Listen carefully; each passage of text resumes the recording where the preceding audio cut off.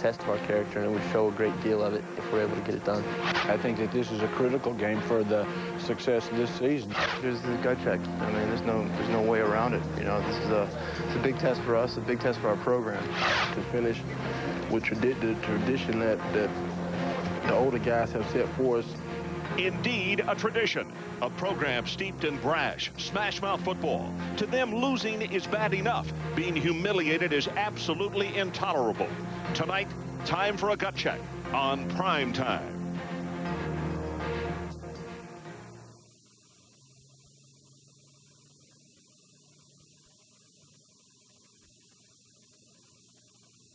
It's Saturday afternoon, almost game time. TV's on, your feet are up. You've got the remote control in one hand, a great tasting ice-cold Miller Lite in the other. And as you take that first ice-cold sip, there's only one way to describe it. Ah. McDonald's new Crispy Chicken Deluxe, with an all-white meat breast fillet, fresh lettuce, and tomato on a bakery soft roll. It's a grown-up reminder that you're never too old to drool. It's McDonald's with a grown-up taste. We like Neil Smith mean, so we get his mother-in-law to call him Collect before each game without using 1-800-COLLECT. Could have saved you some serious cash, Neil. 1-800-COLLECT. Save the people you call up to 44%. Hi, folks. Welcome to our primetime game. Mike Tirico with you throughout the night for all the scores and highlights in college football. Alabama, Tennessee. This, at one point, was a 13-0 Alabama lead, but Tennessee at home roars back, ties the game at 13 on an interception, and then Jay Graham busting through the Tide secondary down the sideline, and he's gone. 79-yard touchdown, Tennessee leads, but Alabama gets back down the field, trying to knock it into Tide. Freddie Kitchens has it stripped by Leonard Little. The Tennessee defense comes up big. The Vols rally to win, 20-13. Alabama knocked from the ranks of the unbeaten. Florida State just about to close out Virginia. They lead by 7 and just came up with a big INT. Minute 36 left. Texas is driving.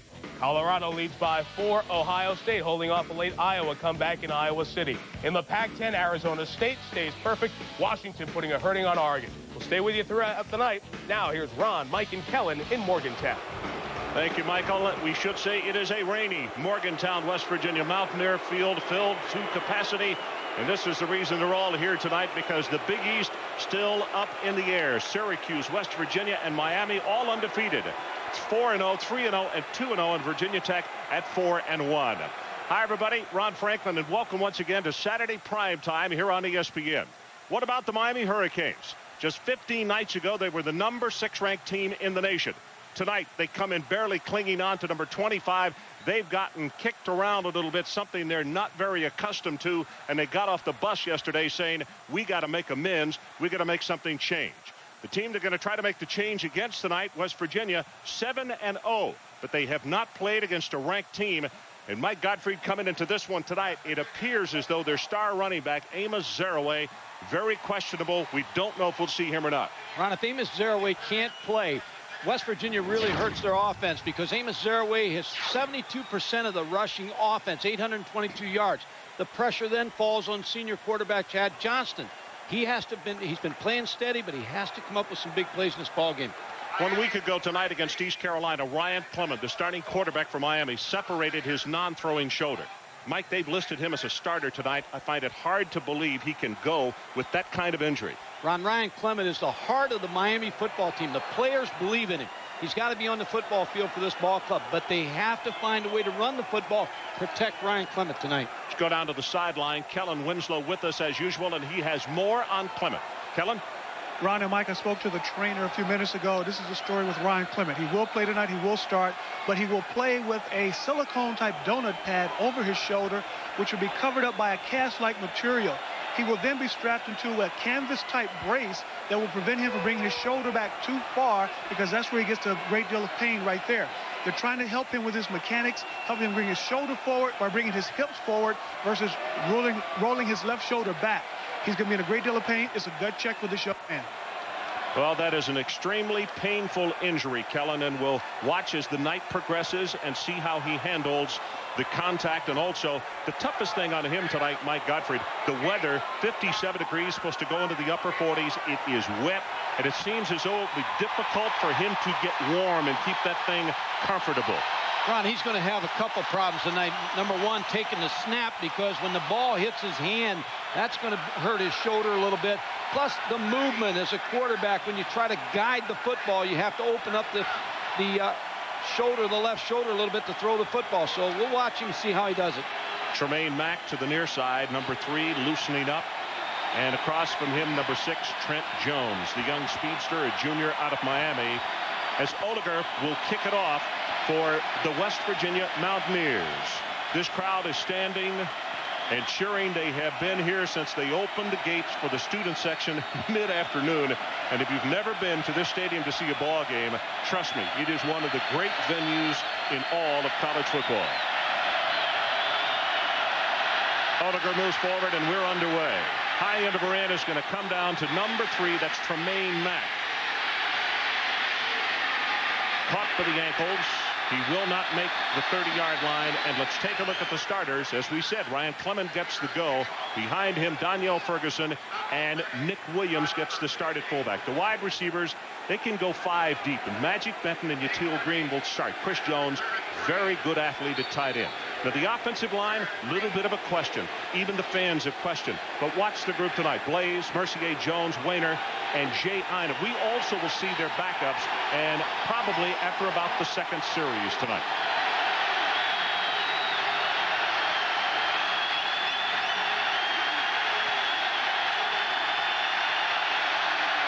Clement going to throw on first down. Has it batted down at the line of scrimmage and almost intercepted as Bob Baum, right there, number 45, made the tip on the ball. The starters, I was about to say, a very solid group. Baum, John Thornton, converted defensive end, and Henry Slay. The linebackers, this is a fine group, and they are active. Led by Canute Curtis, Jason Williams, Bernard Rush, and Longino. And in the secondary, this group has turned into a solid group.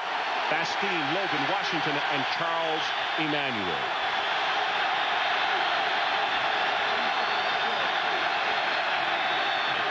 Second down, it's Ferguson. Has 5, 6, and 7 yards as he is tripped up by Canute Curtis. And now a third down situation. And Miami needs about 3.5. That's what they have to do, run the football. Ryan Clement last week, 7-7 with a touchdown pass before being injured.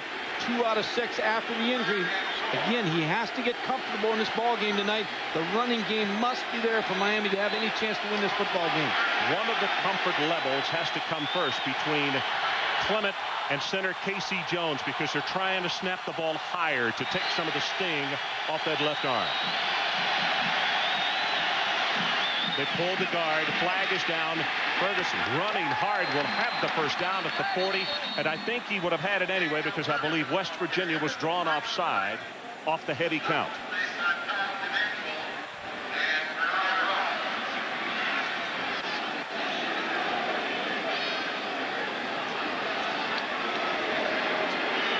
Ron, you're right, it's offside. And you look at Ryan Clement, having spent some time with him on the field yesterday, the players for Miami rally around him. They believe in him. He is the heart of this football team. Defense, 5 yards. His leadership, Previous spot, first down, is just essential for this ball club. They just believe in him, and they want him on this football field. And he's playing hurt tonight. I know a number of these offensive kids, including Casey Jones, talked yesterday after the walkthrough about how much they respect and like Clement because of his toughness. But if you've ever had a separated shoulder before, artificial turf is tough enough on it when you fall, but to be able to play, to me, is remarkable. Inside with Joseph, the fullback. And he'll take it for 3, and let's check in with Mike Tirico. Mike, what do you have for us, partner? Ron, Texas trying to come from behind in Boulder against Colorado. James Brown moving them inside the 40. But Steve Roscoe, the leader of that secondary, comes up with the interception. However, Texas did hold Colorado. The Buffs are going to have to punt inside the final minute. Games are over now. We welcome those of you who watched Ohio State stay perfect and Florida State stay undefeated, winning at Virginia by 7, or at home, I should say. All right, Mike, we are just underway here in Morgantown. No score. Miami on their first possession has picked up a first down. Pitch to Ferguson. Nice one-on-one tackle. He gets blasted by Mike Logan, and this crowd loves Logan, and you'll see 23 all night long. Ron, the strategy for Miami is simple. Run the football, but their offensive line has to deliver. The last 2 weeks, they've had problems. They've given up sacks, and they haven't been able to run the football. First 4 games, you see their statistics. The last 2 games, they just fell off the map running the football. But they have to establish a toughness with this offensive line tonight. It is going to be 3rd down, and the line to make for the Hurricanes is midfield.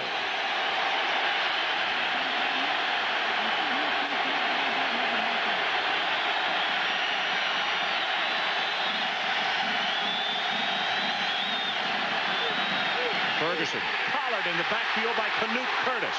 That will be for another loss. It'll be punt time for Miami. Ron, the strategy of Butch Davis is you don't want to be in long yardage situations with Ryan Clement here early in the ballgame. You don't want to put him in a situation where if he gets sacked by Canute Curtis that he could get that shoulder banged a little bit here early. So that was a decision to run the football on 3rd and long. We talked about the heart and soul of the Mountaineer defense as Mike Logan now goes back to receive this punt. No fair catch. He makes it and gets hit as soon as he's there. Flag comes down, and it looks as though it's going to be penalty against Trent Jones. He did not allow him that barrier. He was on him as he caught it. 43 yards in the punt. Penalties hurt Miami last week in the kicking game. Special teams opened up an opportunity for East Carolina. Right off the bat, they have a penalty on their special teams. See, Jones is right there on him, and it gave him a shot in the head as well. Let's take a break. No score. West Virginia on offense when we return. Would a man attack the peak of K2 if a remarkably soft pair of pants were placed there?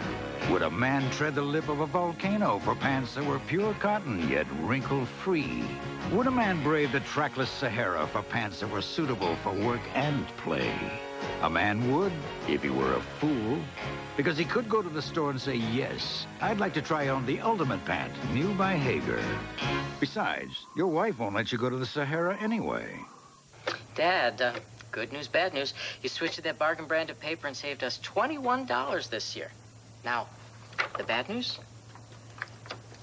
Don't tell your mother. The last thing you want to worry about is paper jamming. That's why Union Camp created Great White recycled content paper. It's virtually worry-free, so it's as good for your business as it is for the environment. Great White, only from Union Camp. One less thing to worry about. Stanley, I'm home. Son, hide this. At Plymouth, quality is the top priority for every one of our vehicles. We've set hundreds of goals and benchmarks, and we're constantly looking for ways to improve.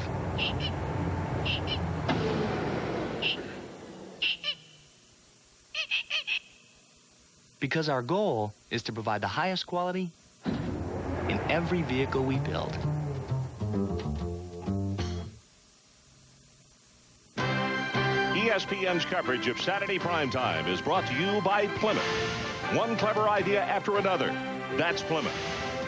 And by Goodyear. Need tires? Call 1-800-GOODYEAR. Well, Mike, on the sideline for the West Virginia Mountaineers, just what you talked about off the top of the telecast, 72% of their offense as Amos Zaraway will not start in the ball game. Kerry Mott, number 25, will get the start in his place at tailback.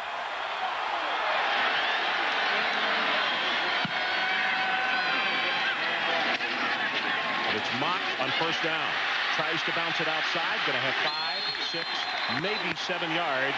And here are the starters. Chad Johnston at quarterback. You'll have Mott and Mark Plants, who was a very good and active fullback. We'll also see Anthony Green in that position tonight. Wide receivers, they're talented here. But Rasan Vanderpool, not 100%. We'll talk more about that. Saunders, extremely gifted. Chad Wabel is the tight end. The offensive front, they're very capable. Page, Horn, DeGrow, Pukinas, and Sam Austin, the right tackle out of Tampa, Florida.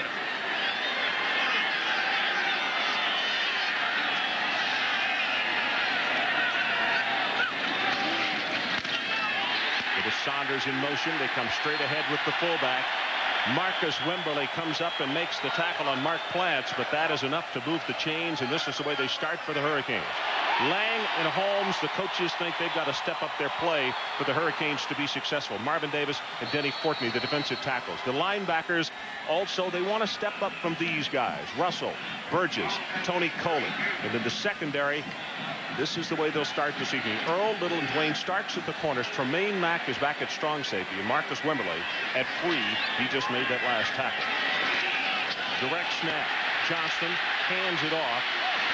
Mott will take it into the arms of Earl Little around the 37-yard line.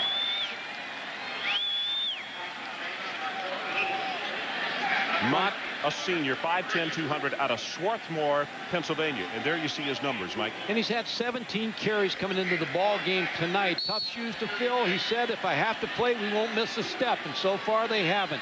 Well, when you look, he has had limited time as Amos walks the sideline. Not starting tonight. We don't know if we'll see him. But Mott averages over 8 yards a carry. You can have worse replacements. The one concern they have about him, he has a tendency to fumble the football in the past. Hasn't this year. Johnston runs up into the pocket, gets away. He'll take it to the 37, which is back across the line of scrimmage. And Marvin Davis is the man who tripped him up. Well, Chad Johnston, is the quarterback, senior quarterback, has played very steady for West Virginia. He has only thrown two interceptions in 188 passing attempts. They do not turn the ball over. West Virginia plays good field position, kicks the ball down the field, lets their defense win the football game for them.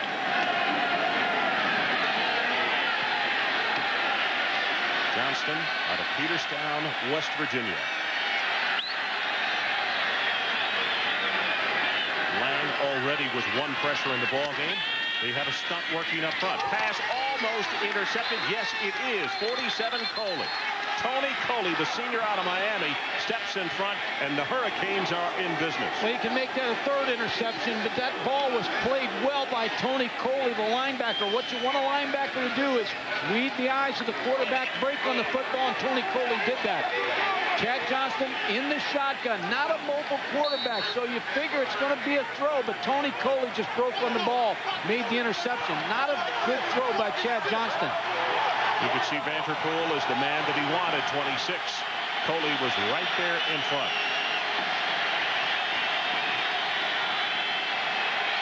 Bathmus in motion. Ferguson, the ball carrier, and he will have one, maybe two stingy yards. Henry Slay makes the stop. That's the kind of game I expect tonight, Ron, as you look at the turnovers. Now, 5 turnovers in the first 7 games. It's going to be a game of field position and a game of turnovers. Who can win the game of field position and put their offense in the best position to win this game. Now, Miami has the ball inside the 50-yard line. They have to be able to get some points on the board with this turnover by their defense. 6 turnovers against Miami last week. Hard to win against anybody when you do that. Play action. Blitz coming on him. Pass has gotten away, thrown away. And Clement is down, but he's getting right back up. And let's check once again with Mike Tirico. Mike? Ron, Texas did move it down to the Colorado 33. A penalty back to the 38. These two teams that have had their share of games, more than their share, come down to the final play. James Brown throws it to the end zone. 6-1, Mike Adams down there. Doesn't get the deflection. Colorado beats Texas by 4. Sound like an exciting ball game, but we didn't see snow on the sideline. I know it was predicted. 3rd down. And for Miami, they need the West Virginia 30-yard line. Pressure from the outside. Clement hit from behind by Canute Curtis. Ball is loose, picked up by Ferguson. And they say it is an incomplete pass, but it was Curtis who got him second pressure on him. Canute Curtis is an outstanding defensive linebacker. First step, look at the movement. They like to get him against the back. He just ran over Daniel Ferguson. What the West Virginia coaches will do, scheme their defense so that they get him versus a running back, and he'll overpower him every time. Get the punt away. Fair catch is called for and is made by Logan. It's a 27-yard kick, but they will scrimmage deep in their own territory. We'll be right back. What has the models this year looking so happy? Is it the new fall look? Insiders say no. Blame those smiling faces on Dave Thomas, Wendy's founder, and his new grilled chicken sandwich. It's absolutely smashing. Bigger, plumper, and juicier than ever. With this all-white meat filet, the girls have found a delicious chicken sandwich they can enjoy today. And still fit into that size 6 tomorrow. Dave, what's new for spring? Well, short sleeves are always nice. Fabulous. Try Wendy's new plumper, juicier grilled chicken sandwich.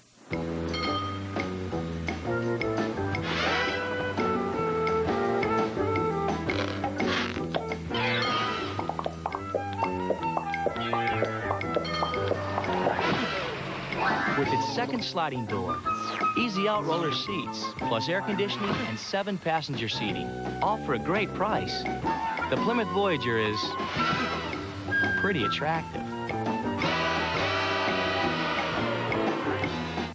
You can't have pool parties when I'm on the road. This is what happens. You know what I'm saying?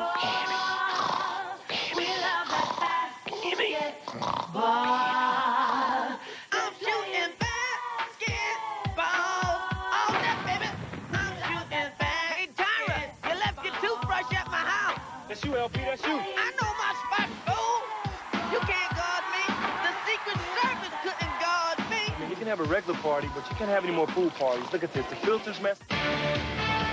The Noles head to Atlanta. Florida State, Georgia Tech at 7. Saturday primetime. Next week on ESPN.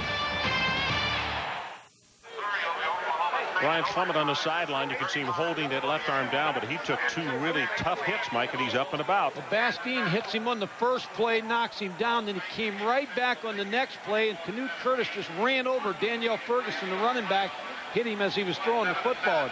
I think what West Virginia with Canute Curtis trying to get him on a running back, what Miami might want to do is try to change their protections a little bit to get a lineman on him or bring a tight end. He's such a valuable defensive player. You better make sure you block 42 Canute Curtis. He also weighs 260.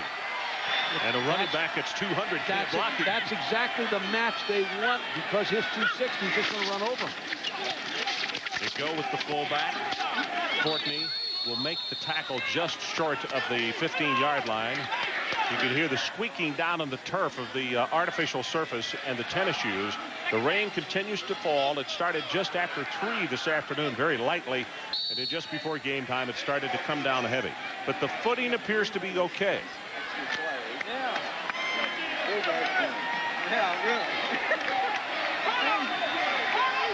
Looks like the beginning of deer season, huh? Everybody's got their ponchos on tonight.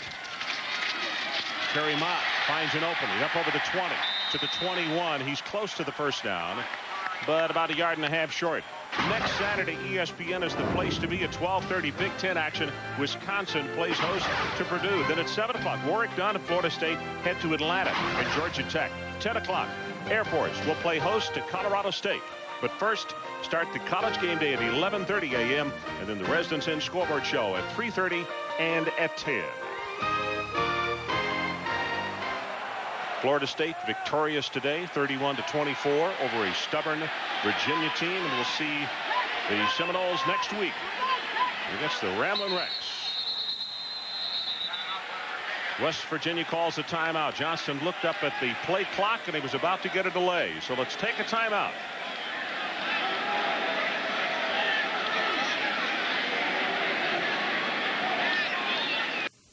Friends, I truly appreciate your support over the last 4 years. You've helped us catch the bad guys, and you've helped us locate the missing kids. Could I ask for your help once again? Protect your right to elect your sheriff. Keep your constitutional right to elect your sheriff, property appraiser, and tax collector. Vote yes on Charter Question 1. Keep Kevin Berry sheriff and vote yes on Charter Question 1. The drive is on.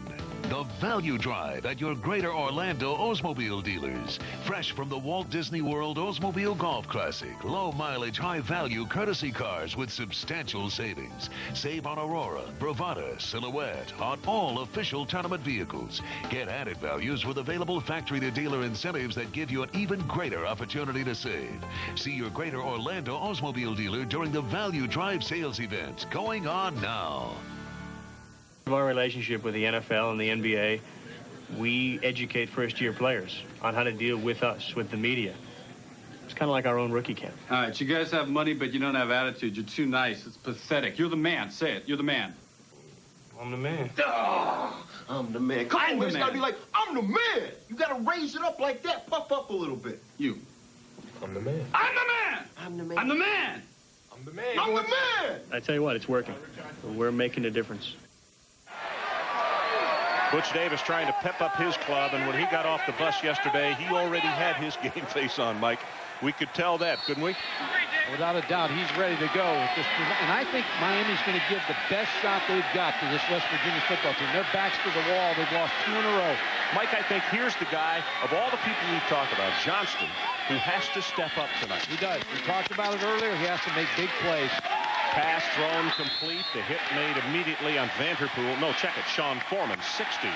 Looked like he got a nice spot, too. Yep, he sure did, and it's going to be enough for the first down. The offense of West Virginia is the Bill Walsh offense. It's a timing offense, 3-step, 5-step drops. Quarterback, get rid of the ball quickly. Chad Johnston's a veteran quarterback, pharmacy major for Don Nayland's football team. Smart guy that knows this offense. Actually, the script on him has been, when he's good, he's been very good, but when he has been off, he's been mediocre. And the snap goes between his legs, and that's a smart play. No sense in trying to pick it up. And let's check in with Mike Tirico. Mike, no fumbles by you tonight. We'll try to hang on to it for this McDonald's breakaway. Take you over to the Deuce and up to the Metrodome in Minnesota. You know, Michigan only 2 touchdowns from their wide receivers this year. Make it 3. Scott Dreisbach, 36 yards to Ty Streets. 7-0, Amazing Blue. You know, it's been a while since some of those kids in Minnesota saw the little brown jug. In fact, most of them were 8 and 9 since the last time the Gophers won it. Might be a little older before they see it again. That's loss of 13 yards for West Virginia. So second down from just outside the 10. They got to take it to the 34-yard line. 20, 25. And Kerry Mott showing that he is not only a worthwhile replacement, they better not ignore him. Well, he looks like he's ready to meet the challenge. When you all of a sudden, the starter, Amos Zaraway's out, you get a chance. Kerry Mott, you talk to your players about being role players. Wait for your opportunity. Kerry Mott has waited. He's a junior. He's got his night tonight. He's going to make the best of it. Dwayne Starks, who was a junior college transfer out of Holmes Junior College in Mississippi. The thing about football, Ron, is you change every week because of injuries. You need players to develop and come out and make plays for you. Shovel pass. Mott hit at the line of scrimmage. That's Kennard Lang. And Lang already has figured in 3 big plays in this ballgame, Mike. Kennard Lang's a defensive end. Along with Kenny Holmes, you expect them to make plays for the Miami defense. He read this play all the way from the shovel draw, stepped inside, and came out and made the tackle and Kerry Mott. But he wasn't buying any quarterback rollout. Again, Chad Johnston is not a mobile quarterback, so he's not a real threat for him to run outside, so he can sit inside a little bit more and play that shovel draw. Now let's see if Brian West can get off a good one here. Stands back at the 12-yard line, and they came after him. Wobbly spiral and start from the 36-yard line. Starks takes it back into the boundary, gets a couple of blocks, and picks up about 12 yards. Well, on November the 1st, ESPN, the worldwide leader in sports, puts a whole new spin on sports news. We're proud to announce the launch of ESPN News, television's most comprehensive news service. Up-to-the-minute reports and all the breaking news from the world of sports on one single channel 24 hours a day. So call your local cable operator or satellite provider for ESPN News, debuting November the 1st. No score here in Morgantown. 4:21 left to play. Opening quarter. Ferguson comes right side, puts the head down. He'll go across midfield and have 3.5 as Longino, along with Charles Emmanuel, finish him off. Ryan Clement was injured last week. On Tuesday was a mental day for him. He just watched the practice on the field. Wednesday took a couple snaps. Thursday took all the snaps in practice. Friday, of course, yesterday we saw him go light workout, but he said, I've got to ignore my shoulder for 3.5 hours and play the best I can play.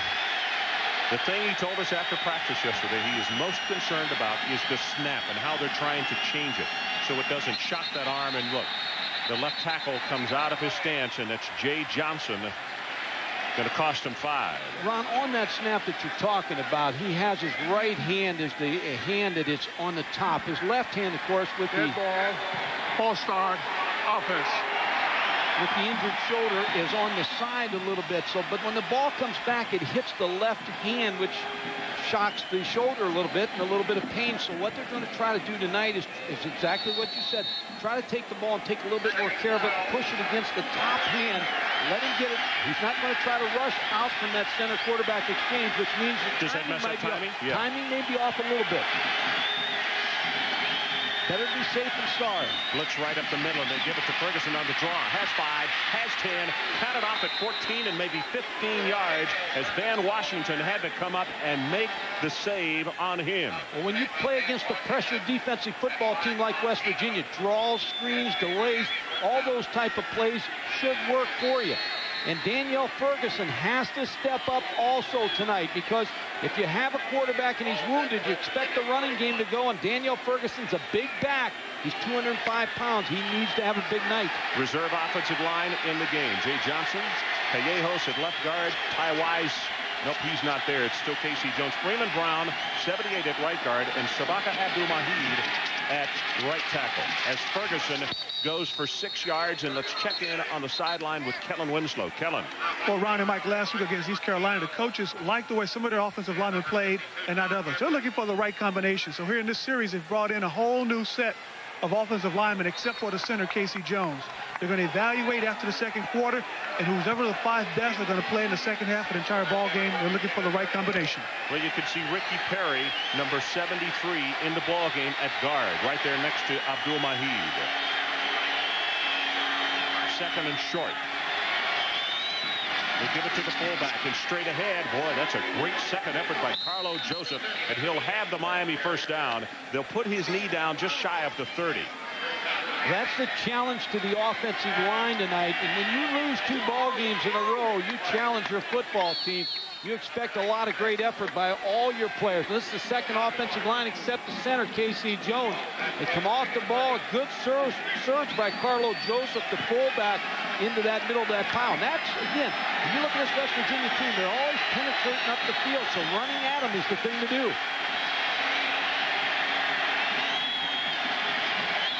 First down, whistles everywhere, and let's see what the stoppage in play is. The flag on the near side.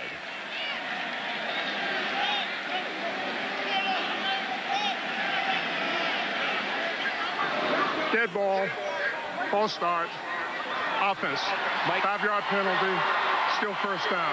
You have to understand, I think, there's so many ingredients going in. We're looking at trying to have a new snap. He's having to take his time coming out from under center a little more. He's got more of the number 2s in there than he normally plays with. All that spells you can have a little disaster as far as procedure. You're going to have some mistakes. Watching how he hands the football off. He hands it off with the right hand instead of being able to get the left hand out there to hand the football off. Obviously, he's in pain, given a great effort under the circumstances. Draw play, Ferguson pinned up in the backfield, 96, John Thornton, all over him, and that's just what Mike was talking about. Penetration by that defensive front, and that messes up the whole thing from the get-go. Well, here's the worst problem you have. When you get to second and third and long, now you really have to depend on Ryan Clement throwing the football down the field. So you've got to be able to give him time. Again, if it were me tonight, I would be with 2 tight ends. A lot of this ball game, I would spread the defense out, 2 tight ends, 1 back, 2 receivers to try to give it a little, move Canute Curtis out a little further so he has to rush a little bit longer.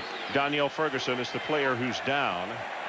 Trainers are over from the sideline and checking him out. If you just joined us, 1:27 left in this opening quarter.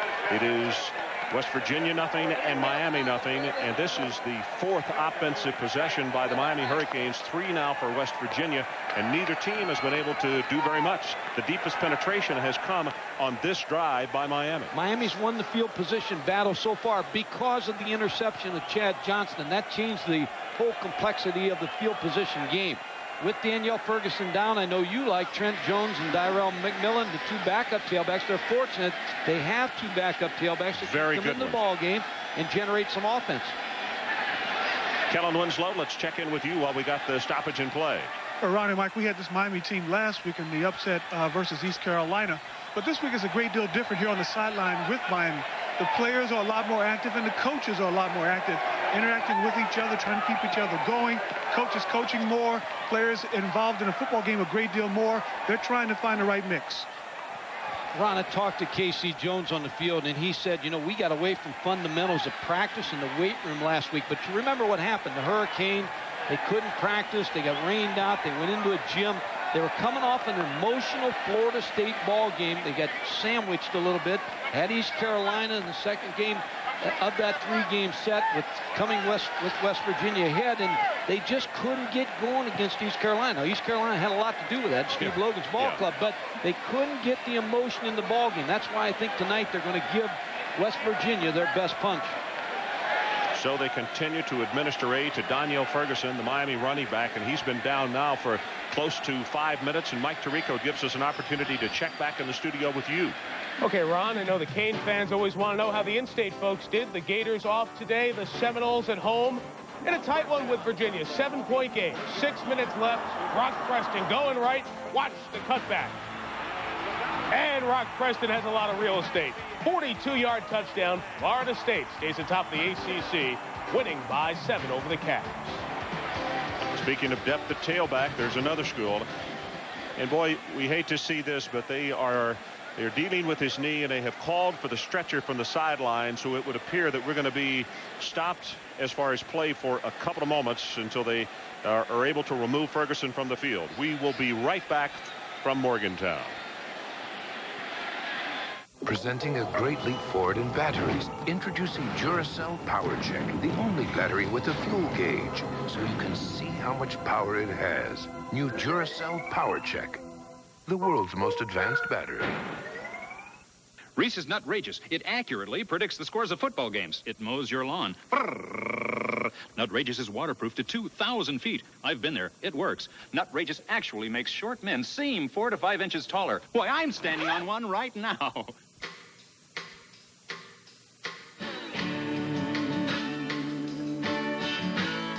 Hey, try this for a mantra. I like the rain. I like the rain. I want it to rain. I want to wallow in the mud and slop with reckless abandon. And when I die, I want to say that I did carpe the diem, no matter how cold, how wet, and how nasty the diem was.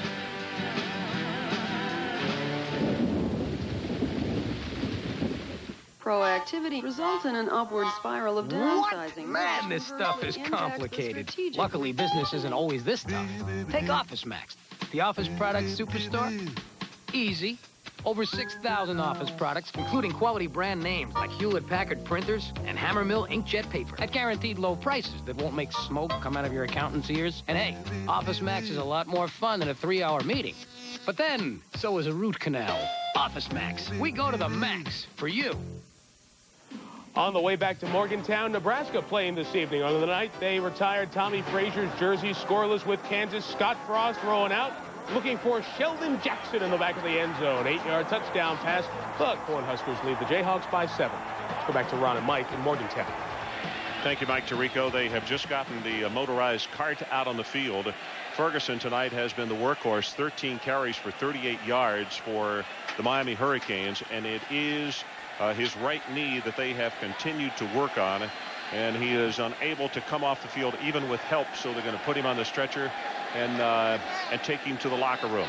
This means that Daryl McMillan will come into the ball game, number 28, and his backup is number 6, Trent Jones, who was a junior out of Miami.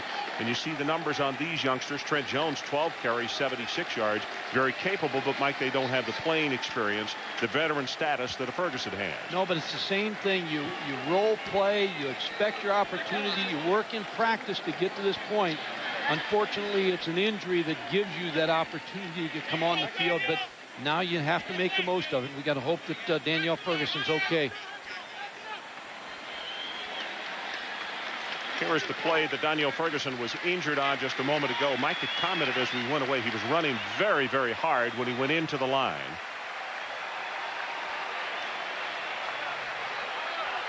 It's the left leg, and It looks as though he just got rolled over on. He got it pinned underneath him. We'll get a report just as soon as we can.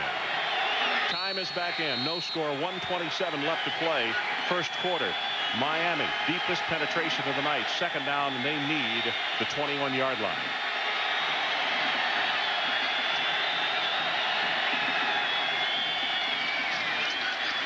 Clement sets, drills it, has it, incomplete, threw it just behind Green. And Mike Tirico, back to you, sir.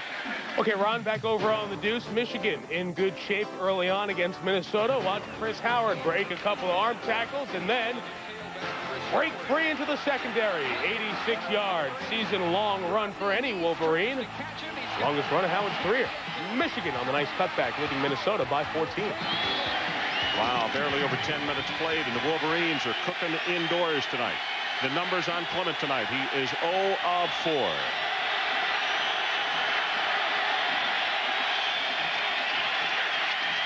Sets, great protection. Now it falls down. Canute Curtis again. Sack number 43 by the West Virginia defense in 1996. Ron, coverage sack all the way because there just wasn't any place to go with the football for Ryan Clement. As he's set up, he's looking, he gets good protection. Finally, Canute Curtis gets through and makes the tackle, and he is relentless. He just continues to come after the quarterback. Andy Crossland, the freshman from Birmingham, gets his kick away. And this is Logan back deep. Going to go into the end zone. I mean, that thing is inches from going out of bounds just inside the 1-yard line.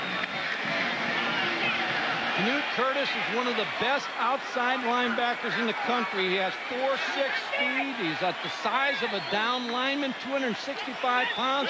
Again, working him against the running back. Now, Miami has to change up a little bit, although Darrell McMillan is a pretty good blocking back, but I think you still have to get help on Canute Curtis. Well, you see his numbers. He leads the NCAA, and as we mentioned, that is 43 total sacks, 3 more, and they equal the best ever by any West Virginia team. Miami still winning the field position war, Ron. Even though they haven't scored, they're still keeping West Virginia bottled up inside their own 30, 40-yard line. Terry Mott in the counterplay, and the trey doesn't work. Earl Little comes up and puts the hit on him. That could be the last play of this first quarter. The field position battle that I talked about is you continually try to keep winning, get 10 yards here, 15 yards here, Butch Davis. Eventually you'll get set up for a field goal. 2 seconds down to 1, and that is the end of the first quarter. So let's take a break. Miami nothing, West Virginia nothing. We'll be right back.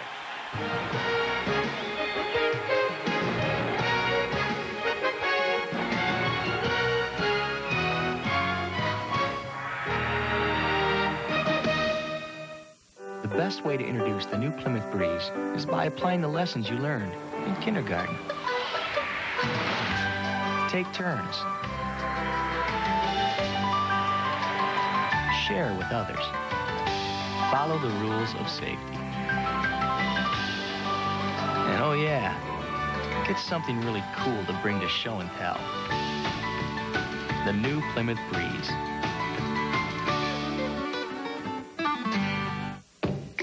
What if your car slips off the road in Slippery Rock?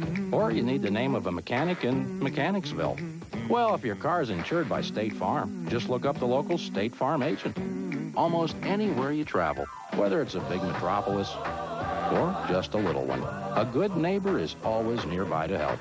So if your car gets stolen in Thief River Falls, or you have some trouble in Paradise, hey, don't worry about it.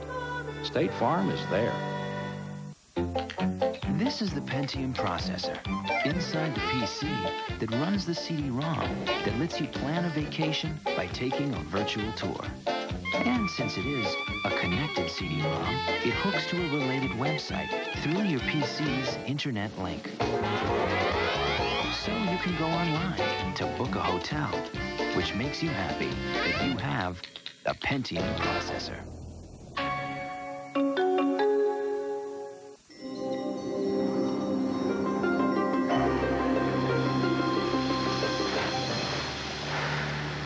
Ice Sport, the scent of exhilaration. New from Aquavelva. Also available in deodorant and antiperspirant. It's the perfect landing. It's another business day. It's friendly blue, waiting there for you. It's traveling your way. And best of all, it's thrifty. Ooh, you'll be so satisfied. Best of all, it's thrifty. Renting cars with Clyde worldwide. Now, with 50% more tender filet than before, McDonald's new Fish Filet Deluxe is sure to satisfy your grown-up needs and desires. For lunch. It's McDonald's with a grown-up taste. Well, that guy has been very much the story in the first half for West Virginia. Canute Curtis, 13 sacks on the season. He leads the NCAA at 260 pounds, Mike. Just more than a load that a regular back can block. Well, he's designed to be blocked by a running back. That has to change. I think they've got to get some help from a down lineman or a tight end. Draw play. This is Mott. Fights it ahead for 5, almost 6 yards. You can see Little come into the stack. Also Marcus Wimberly. And we have found out that the injury to Ferguson actually is not his knee. Let's check in with Kellen. Understand you got the story for us now. Ron, we found out that Daniel Ferguson is not a knee. It is his right hip. They're not sure if it's a sprain or a dislocation. He's been taken to the hospital right here next to the stadium for x-rays. We'll have more later. Okay. And for any friends or relatives who are watching, the hospital's not 200 yards across the parking lot, so Kellen's exactly right. He will get great attention immediately. Timeout on the field. We'll take it with him. 14-20 until halftime. Still no score.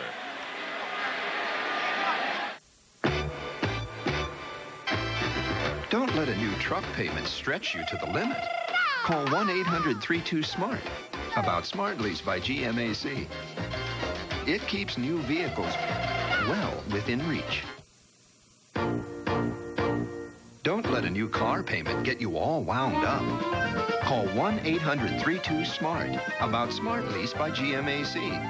It can put a new spin on affordability.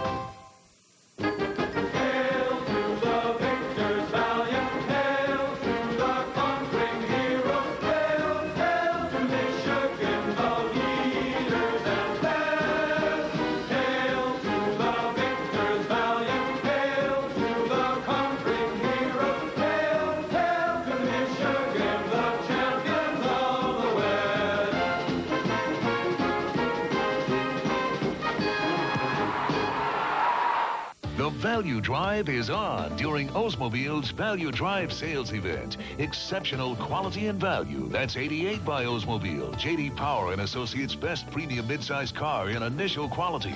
For a limited time, Oldsmobile is clearing out all remaining 96s. And with special factory-to-retailer incentives on new 97 models, you have an even greater opportunity to save.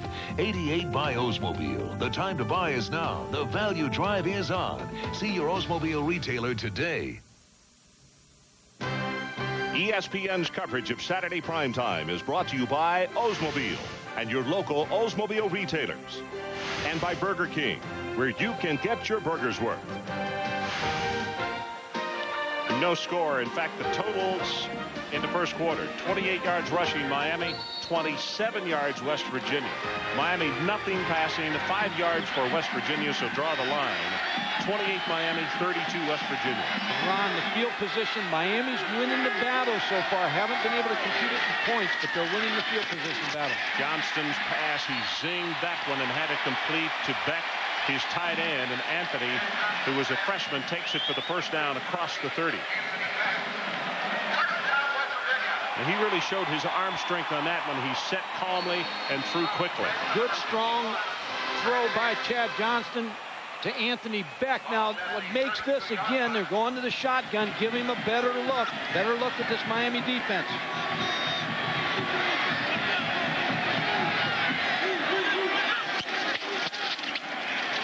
Kerry Mott puts a head down, goes forward to the 35. That's going to be a gain of 4. Rod Mack and Tony Coley combined to make the stop on Kerry Mott.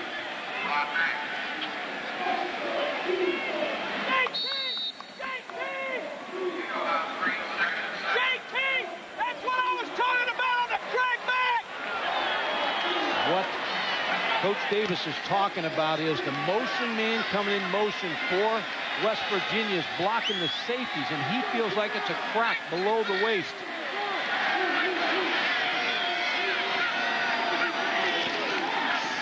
Mott weaves his way. 5, 6, 7, and 8, and that is another West Virginia first down.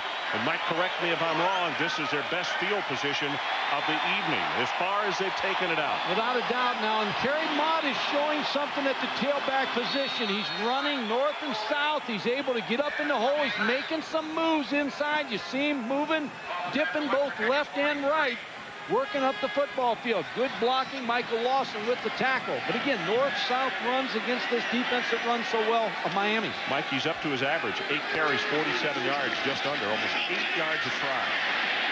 Pass complete. Near sideline, Saunders bumped out of bounds at the 45. And for the first time tonight, the Mountaineers are across midfield. Good for 12. David Saunders is running a deep out. Now, this is Chad Johnston's favorite pass to throw, the deep out.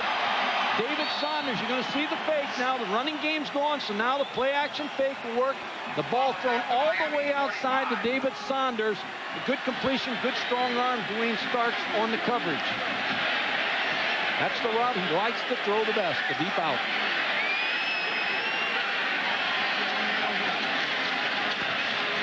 Hit at the line of scrimmage, and that play just seemed out of sync. I'm surprised we didn't have a flag. It just seemed like folks were going in the wrong directions at the wrong time. Almost a little bit of a delayed snap, Ron, I believe, by Eric DeGrove. Anyway, everything was fine. No flags. It's going to be a second down and 10. The line of scrimmage to 45 of Miami. Don Nehlen, 17 seasons here at West Virginia. 1-6 against Miami, and that one came 1993 right here, and they won the Big East Championship with that victory, or went on to win. Saunders in motion, top of the screen. Mott with a handoff, stumbling as he gets it, going to be hit and knocked down. That's almost a 5-yard loss, and Kennard Lang has registered, we know, of at least 2 pressures and 2 tackles. Ron, there's no doubt when you look at the defensive ends for Miami, Kennard Lang and Kenny Holmes, they're supposed to make plays. Well, last week against East Carolina, the play calling kind of kept them out of the action a little bit. Quick 3-step throws, ran inside, but Kennard Lang has already made a couple big plays tonight. But I think the defensive people, the coaches, Chuck Pagano and that group have challenged this defense to play and make plays like Kennard Lang made. Saunders in motion from the shotgun. On third down, Johnston just going to run it out of bounds at the 46, and they'll lose 4 more. And it was Lang who was pressuring. What's happening is the bad snap from center. Chad Johnston's already had 1 roll away from him. This one's really low and just starts this play off wrong, just blows up. You see the low snap now. He comes up, pressure again from the outside. Able to sprint to the right side, but there's nothing there. But again, now West Virginia may get control of the field position if they can knock this ball down inside the 20. Well, Brian West is going to try to make sure that happens. Dwayne Starks is back on a single safety for the Hurricanes. Good kick, his best one of the night. Hanging spiral. Fair catch is called for, and he runs away from it. This one's going to go dead inside the 5-yard line. 51 yards. ESPN Sunday Night NFL returns 1 week from tomorrow, November the 3rd, with an NFC battle. The San Francisco 49ers head to the Superdome to take on the Saints. The Niners' Jerry Rice will take on Jim Everett, and the Saints in their first game under interim head coach Rick Venturi. ESPN's Sunday Night NFL begins November the 3rd at 8 following NFL primetime. Big mistake by Dwayne Starks, number 23. You can't let that ball hit on turf. Now the crowd comes back into play. Straight ahead with the run, 2 yards, maybe 3. That's McMillan. John Hadley meets him, and he's still trying to fight forward. Ron, you always tell your punt returners to take and fair catch everything around the 10-yard line. You see, he's making the fair catch. He's making the fair catch signal right there, but now he doesn't get to the football. He needs to make that catch. Look at the yardage they lost, and now pressure again on the Miami offense. This is the worst start for the Miami football team tonight. And they've got a 2nd down and 5. That was a really good second effort by McMillan to get him 5 yards.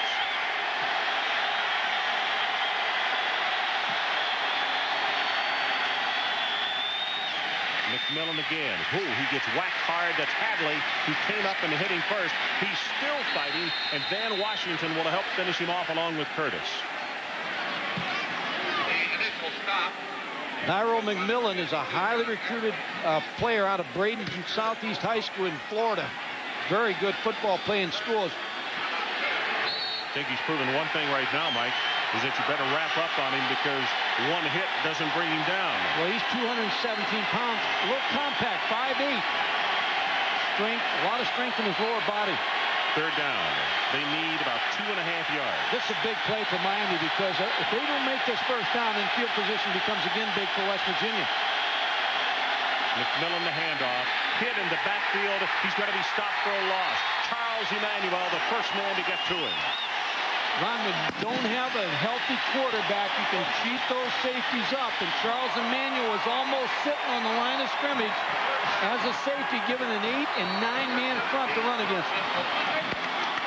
Crossland to get the kick away. And it looks like Logan, who is back just beyond midfield. Left footer's boot. Not very long. End over end. Don't know if he can return it.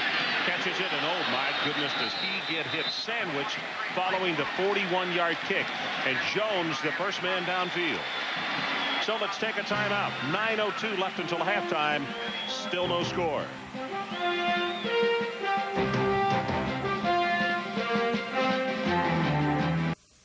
At Galen Black Ford in Apopka, we'll save you money during our year-end clearance on every vehicle in stock. Drive a new or used car, truck, or van and put zero money down. Discounts up to $7,000. Price sells at Galen Black Ford. 96 Taurus GL loaded from $13,996. 96 F-Series pickup loaded from $15,996. Wow! New and used, zero down. Hurry to Galen Black Ford for the biggest discounts of the year and put zero down.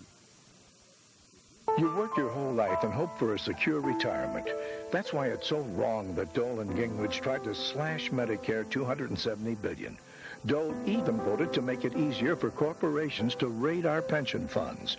Dole's risky tax scheme would balloon the deficit, threaten Medicare cuts again. Can we count on Bob Dole? I was there, fighting the fight, voting against Medicare, 1 of 12, because we knew it wouldn't work.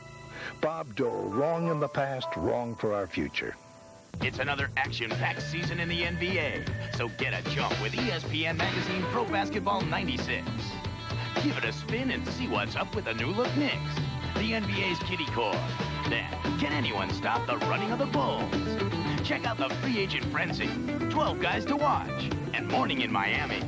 Meet Mr. Super Agent and the next great superstar. You'll get nothing but net in ESPN Pro Basketball 96 on newsstands now.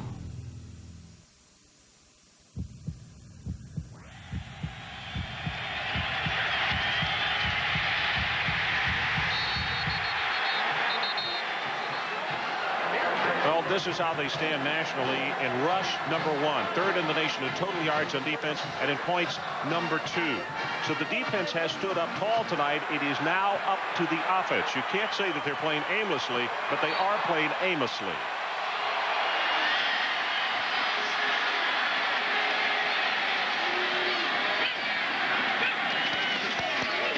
Play action as Johnson sets deep in the pocket, zings it over the middle, and that thing was almost intercepted by James Burgess. That was a design play to try to get the ball to Kerry Mott over the middle.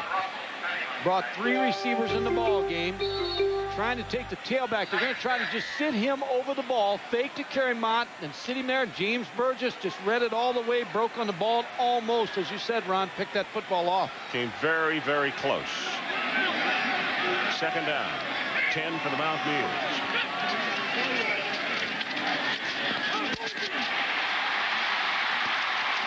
First down and more. Sean Foreman makes the reception as Earl Little on the tackle, but that was a well-designed play, and he was wide open. Ron, it's a pivot move. It's a little pivot move to the outside by Sean Foreman. Watch this route, real nice. It's like a curl, and then he breaks it outside the little pivot roll, and Earl Little is so far off the cushion. What a great route run by Sean Foreman, and then makes yardage after the catch. West Virginia now has outstanding receivers in Foreman, Vanderpool, and Sanders. Sean is a sophomore out of Chesapeake, Virginia. 17 yards on that play. Right up the middle. Tremain Mack. Stagger step, and this time he gets staggered after a couple. It's going to be a 2nd down and 8 as Twan Russell and Marcus Wimberly combine on the tackle. And if you've just joined us, we will update you. Ron Franklin, Mike Gottfried, and Kellen Winslow coming to you from Mountaineers Stadium in Morgantown. 8:30 left until halftime, and we still have no score. This has been some kind of defensive struggle, like a chess match, and as Mike has well told us, field position now in the favor of West Virginia. We'll see if they can take advantage. They have to make points on this drive right here. They've got to at least get a field goal out of this. They want a touchdown. Swings it out in the flat. Tries to set up the screen.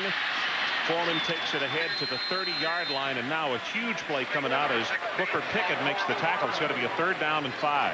Ron, in this Bill Walsh style of offense that West Virginia runs, is they try to attack the underneath coverage, and they try to throw the football to their best receivers and then force the defense to make tackles. And if you miss tackles like they did on, didn't miss the tackle, but the good cushion on Sean Foreman, then the yardage you pick after the catch is big. 2 of 5 on 3rd down conversions. They need the 25. Fakes it to Mott, going to go long, and he's got a man there. In the end zone, incomplete. Earl Little with the cover on the play, and we had to wait because for a moment it appeared as though he might be able to come up with the touchdown. David Saunders is 6'2", and you like to put the ball up to the big, tall receivers. He's working against Earl Little. He's got Earl Little beat. Now the safety's coming over the top. Tremain Mack also. But Earl Little, even though he was beat, he was able to recover and get that hand on the football. Strip it from David Saunders. What great athleticism. Parallel to the ground, reversed, and knocked it down. It's 4th down. Don Nehlen's offense, they will go for it. When you have a good defensive football team, you can make this kind of call because your defense is controlling Miami's offense. Take a shot right here to try to get the 1st down. Johnson steps up, drills the ball, and that's thrown way too high. Vanderpool was the closest guy around it. But on downs, Miami will hold, and they'll take it over at their own 30. The difference, Ron, people at home may say, well, if you kick them into the hole and then you can hold them a little bit, you're going to get better field position. That was an option for Don Nehlen. Ball's on the 30-yard line. If you punt it up and it goes in the end zone, it comes to 20. So really, you probably lost 10 yards here. Well, plus the fact for people that say, what about a 47-yard field goal attempt? Last week, Taylor missed 3, and they've had problems with the kicking game. So probably that's the reason the Mountaineers went after it. All goes into the decision you make. Last week, the week before, practice, everything you see. Safety showed blitz, but he stays at home. And Clement gets his pass away. Yatil Green, did he catch it? West Virginia says no, and so does the official. See, Ryan Clement can't get his shoulder loosened like he needs to. When he throws to the left side, his left shoulder's got to be the guide shoulder, and he just couldn't get anything on that football. That harness has really got him tight, his shoulder, so it doesn't slip out. He's 0 for 5. Need a little shorter throws for him on 1st down. I'm still amazed that he's playing at all, though. What a gutty performance. There's no doubt. I agree with you wholeheartedly. Safety blitz is coming. From the top of the screen, they set up the screen pass, and they knock it down on the 25-yard line. Bernard Russ. Let's go to Mike Tirico. Mike. Ron, take it back to Lincoln. On the day that they've retired Tommy Frazier's jersey, Scott Frost is having quite a day. First time in his Nebraska career. 2 touchdown passes. This one to Brendan Holbein. He's just run one in, pending the point, which is now good. Nebraska by 21. 21-point lead for the Huskers right here. The crowd is aroused. And also there was an injury on the near sideline. It looked like McMillan got hurt a little bit. And an official is down on the sideline as well, Mike. And it would appear that that is the injury that they are attending to. We can't tell, obviously, because he's covered up with a trainer. But we'll find out just as soon as we can. But one of the officials is down. The crew headed by John Smith of the Big East Conference. One of the problems you have, even as a coach on the sideline, when the players keep moving up on the field, there's no place to go. And for an official, that's why they warn them to get them back. They want that room to be able to back off the field of play.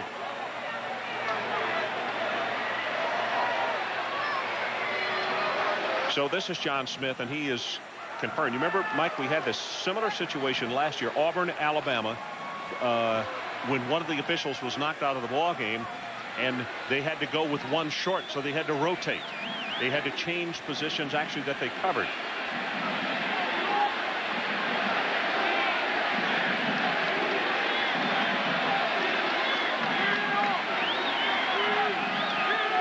Looks like he's okay.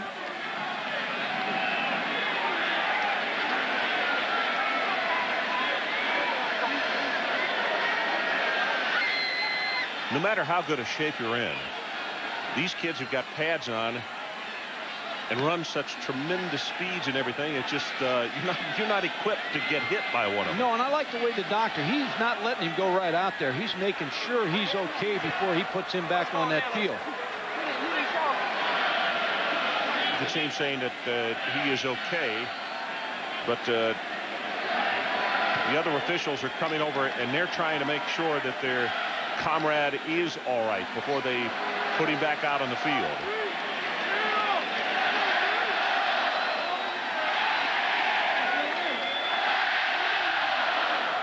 Maybe the only time a crowd applauds for an official.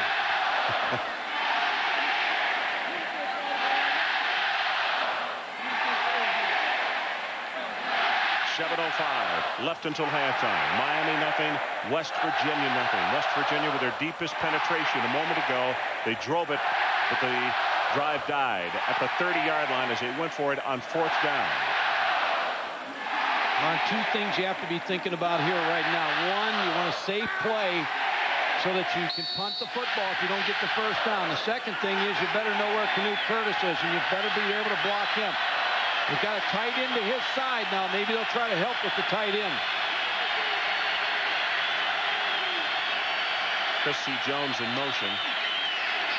Sets and throws. Got it. The defensive back fell down, and he'll have the first down. Yateel Green stepped out of bounds at the 45-yard line. Here's the adjustment now that Miami's making. We saw Canute Curtis just run over running backs in the first quarter. Now all of a sudden they've got Canute Curtis being blocked by number 74, Jay Johnson, a tackle. He handles it. Now Ryan Clement with the throw out there to Yateel Green, first down. Here's the other block. Now they got a tackle on him. He's bigger than him. He's 278, so he matches up with that 260 pounds. Good move by Butch Davis. First completion by Clement. They go back to the running play. Boy, what a hit. Henry Slay steps up into the hole, and you could see McMillan's head go back just as he got right there. Ron, you'd expect Yateel Green. He's the best receiver on this Miami football team, but he's going against the best defensive back for West Virginia, Mike Logan, but you'd expect him to be a big part tonight for Ryan Clement. Maurice Sharons is the official who was injured. He's the line judge, and you see, looks like he's taking a little grief from the sideline, but he's glad to be okay. As though he got hit around the mouth, but he is up, and they said, okay, get back to action.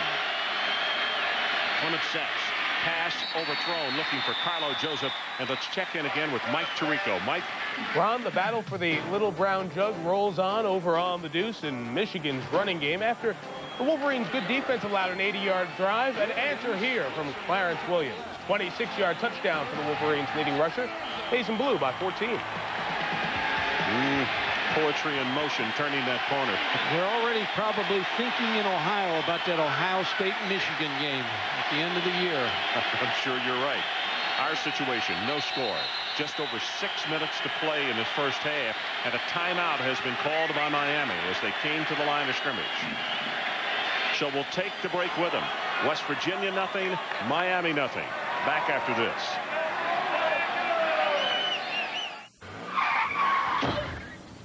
Okay, driving lesson number 1. Tap the brake lightly. Right.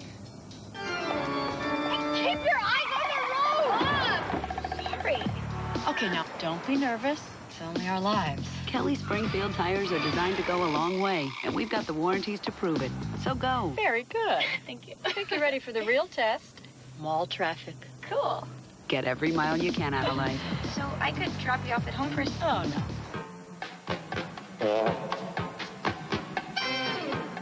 What you think? Oh, no. Nice. What the Bravada thinks. Decrease coefficient of friction, divert torque to adjust wheel velocities. With its exclusive Smart Track system, the Bravada automatically reacts to changing road conditions. So with no buttons to push or levers to pull, you can let it do the thinking. Oh, no. Marbles? The Noles head to Atlanta. Florida State, Georgia Tech at 7. Saturday primetime. Next week on ESPN.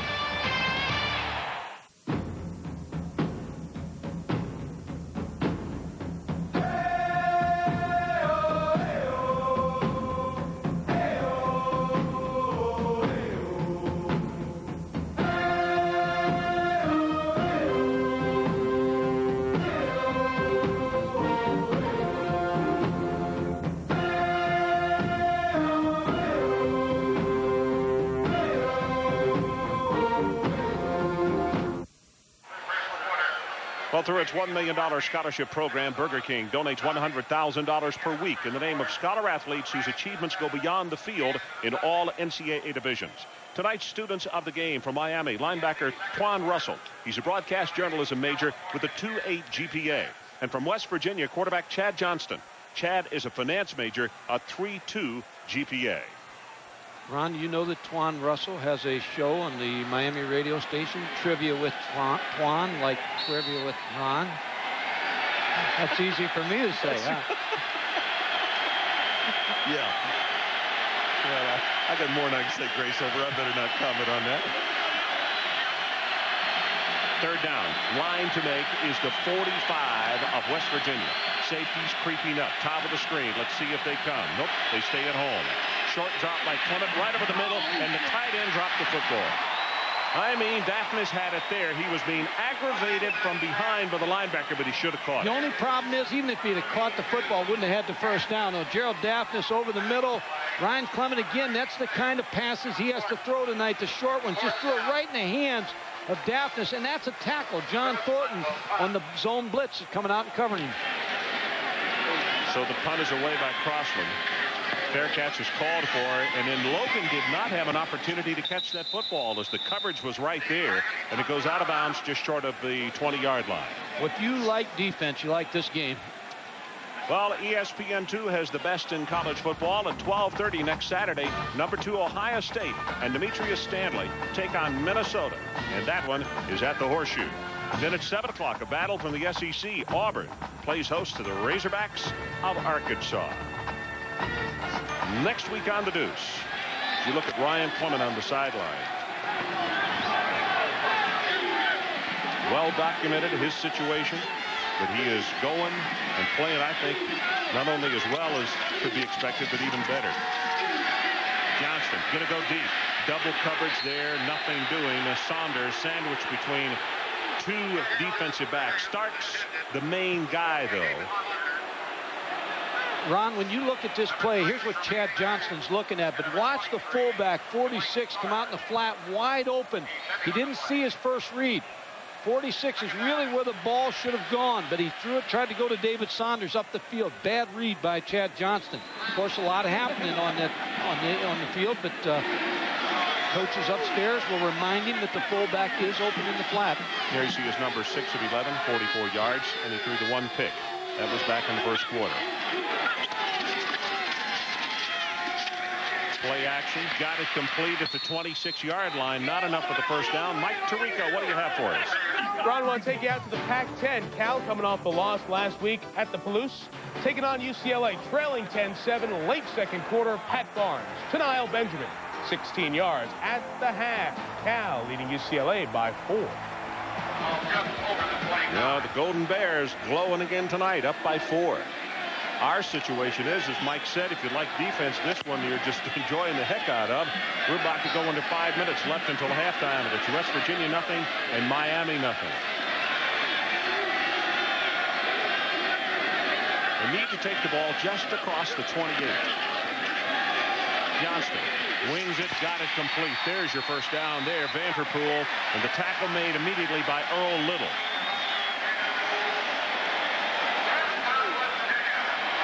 There's the announcement, the all-time leader in receiving at West Virginia yards, 1,969.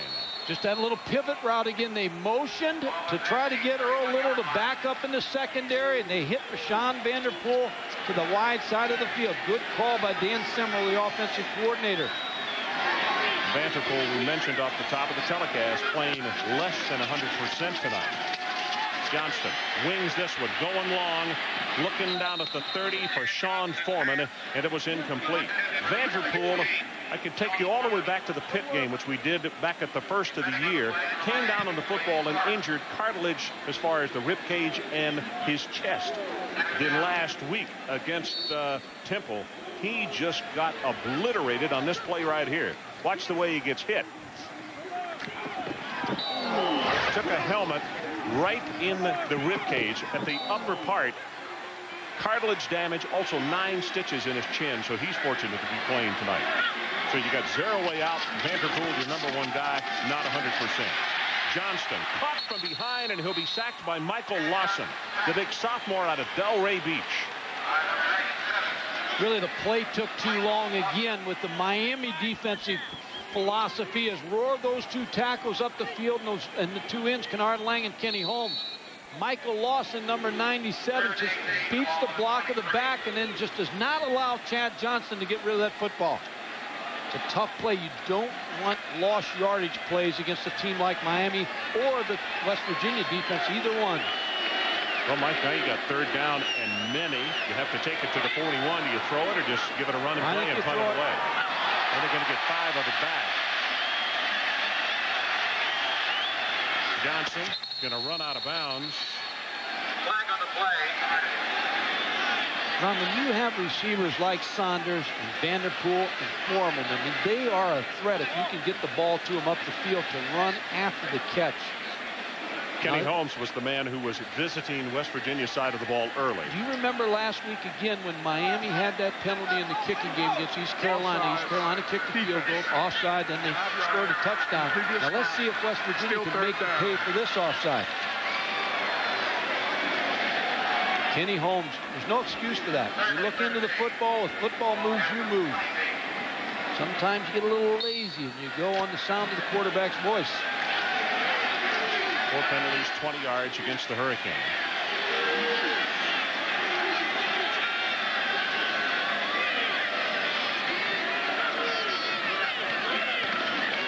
Johnson on 3rd down. Big pressure coming from Holmes. He'll grab him from behind and have the sack. So he says, all right, coach, I jumped off sides last time, but I've repaid my debt right there. You're exactly right. He showed why he is considered a big-time defensive end. A lot of people thought he was going to come out last year in the NFL draft. He's being held by Solomon Page, still breaks through and makes the sack on Chad Johnson. Decided to stay in school, and I think it'll pay benefits for him. Dwayne Starks is back deep, and I have a feeling that he has been told that when Brian West kicks this one, make sure you catch it. Catch the football. Because Miami, with 3:15 and the clock running, stands to get pretty darn good field position here. West Virginia wisely running the clock down as far as they can, and they had the block on. Best punt of the night by West. All the way back to the 23-yard line. Goes left, goes right, goes down. 51 yards on the kick and 7 on the return. So far, it's been Canute Curtis as a star in the first half for West Virginia's defense. He's been designed to go against running backs in the past game. Here it ran right by Tyrell McMillan. Makes the tackle in the backfield on the running play. Here he ran over Danielle Ferguson for the sack of Ryan Clement. But now they got a tackle blocking him, so they've had some success the last couple plays throwing the football. Clement pumps it once, go on top, and Green has it go in and out of his hands. Logan was covering, but boy, had it right there on his tips. Well, Mike Logan, they got him designed to line up against Shatil Green. They want a great athlete because Miami likes to throw the jump ball a lot. That ball was right there for Teal Green. That should have been caught. First down is such a big down for Miami. I don't think they can get in long yardage situations and move the football. They've got to control first down. They're only averaging 2.1 yards on first down. Straight ahead, McMillan. Jason Williams hits him after a gain of 1, and it'll be 3rd down. Here, Ron, also with the clock ticking down, 2:35. Remember now, West Virginia spent 2 timeouts in the first half. They only have 1 timeout remaining. So if they expect to try to get points on the board here, need to stop Miami here and then use a little bit of a speed-up offense. And both special teams have done a great job as far as coverage. We've had nothing come close to breaking out tonight.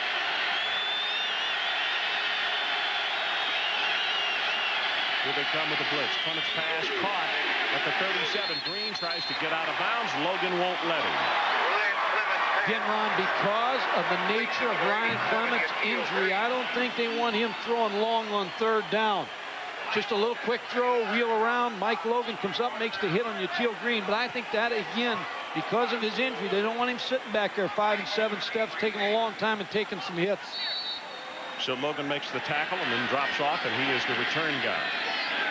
Clock running, 137, now 136, left until halftime. Good kick. Logan all the way back to the 16-yard line, tries the near side, and it goes down at the 25. Mike Tirico, what do you have for us? Well, Ron, we'll check the flag in a second. The GMAC halftime report is ahead. We'll have the story from the SEC, the Alabama-Tennessee game, the revenge match for Florida State against Virginia, and we'll show you how Northwestern found a way this time. Kirk, Lee, and Chris will join me from Iowa City for the GMAC halftime report. All right, Mike, our situation, a flag was thrown just as we made the throw to you at the studio, and we'll see who the personal foul is against. It's going to go against the Mountaineers.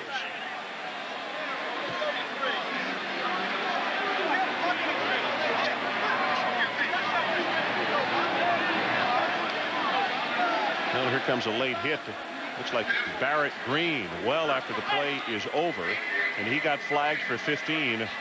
So West Virginia was not going to have very good field position anyway, and now they're going to scrimmage from just inside their 15-yard line. Now here's where Miami's 2 timeouts become big, because if they can stop them on first down and then stop them on 2nd down, use their 2 timeouts, Miami is a good punt blocking team, and they've been close to blocking the punt, so that would be the thinking of Butch Davis right now.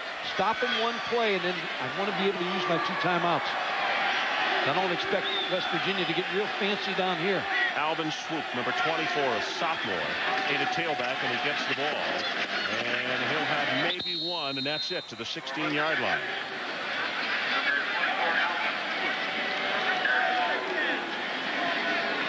When you look at field position in this one, and Mike has talked repeatedly about it. Again, West Virginia starting off with very poor field position. Own 24 compared to Miami's own 34, the average in this first half. May come down to a field goal in this football game. Now, I would think Miami stops them right here and they use a timeout.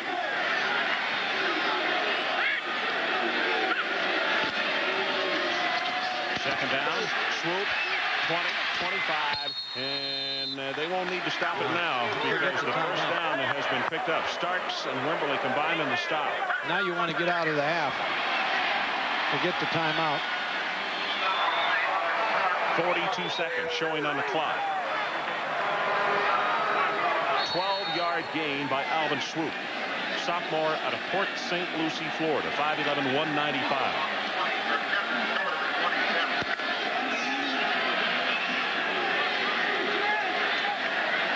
Clock is now under 30.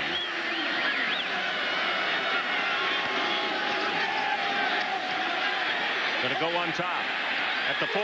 Got it complete. That's Foreman. He will. Nope, they're going to say stepped out of bounds at the 33-yard line. That aroused him for a moment. That's an excellent call by Dan Simrell, because all of a sudden Miami was lulled to sleep of whether or not they were just going to hold the football. What made this play is Chad Johnston's fake to number 24, Alvin Swoop. Then put the ball up right on the money. Dwayne Starks is beat, by Sean Foreman.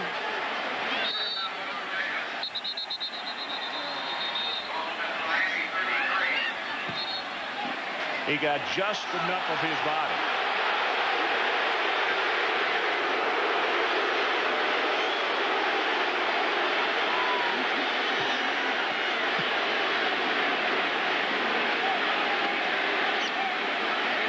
Well, coming up at halftime, the GMAC halftime report. And the top stories, of course, that thriller in Knoxville. Warwick Dunn against Tiki Barber.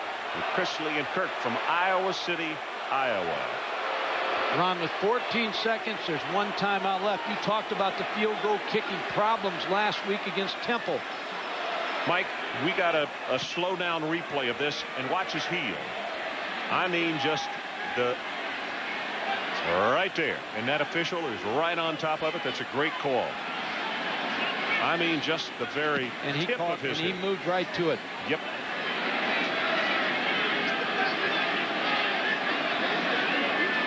So the situation, and Mike, you make a great point, only 14 ticks left on the clock. On the sideline, number 47, Jay Taylor, is warming up. Missed 4 field goal attempts last week, 46, 42, 37, and 37. So what Miami wants to do right here is stop him for no gain. Well, he's due. He was 4 last week. He's due to hit one.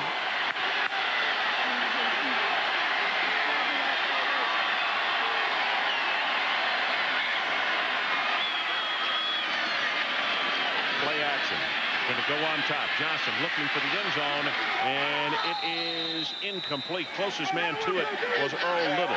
Now the situation on Taylor, in watching him in the preseason, 47 yards was the longest that he was able to muster. In the pregame, he kicked a 47-yard field goal. Our track staff was watching him, and they filmed him, and so they have him.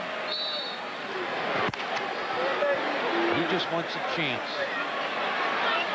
You're looking at Oliger now, who is loosening up down on the sideline. And we'll see if maybe they decide that he's the guy that they're going to go with. Freshman out of Wilmington, Delaware.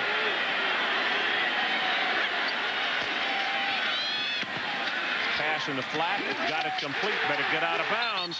Saunders goes down at the 25-yard line. 1 second, and the clock will... Yep, that's the end of the half. Well, they should have been able to get that time call. Miami nothing. West Virginia nothing. Right now, as they boo him toward the locker room, let's join Mike Tirico with the GMAC halftime report. Michael. Wow, this year of defense in college. Mike, we talked about a defensive struggle. Rushing yardage in the first half, 36 Miami, 36 West Virginia. That speaks volumes as far as what happened.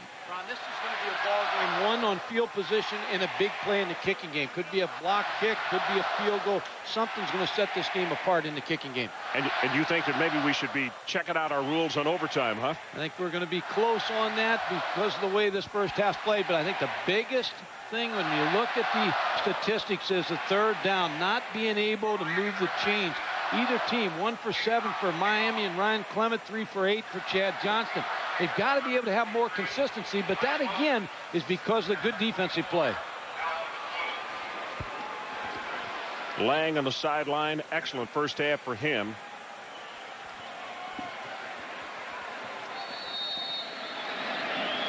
Gaetan will kick it off as you look at the 2 deep men, Michael Logan and Alvin Swoop for the West Virginia Mountaineers.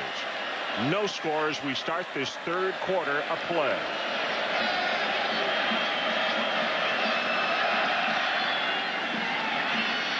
Gaetan's kick is high, but it's short at the 5. This is Logan. And great coverage by Miami. He's not even going to make it back to the 15-yard line.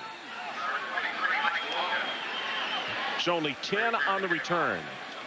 Ron, it's going to, again, come down to a turnover, something in the kicking game. Chad Johnston's first half statistics, the big interception, but Miami's was not able to take advantage of that.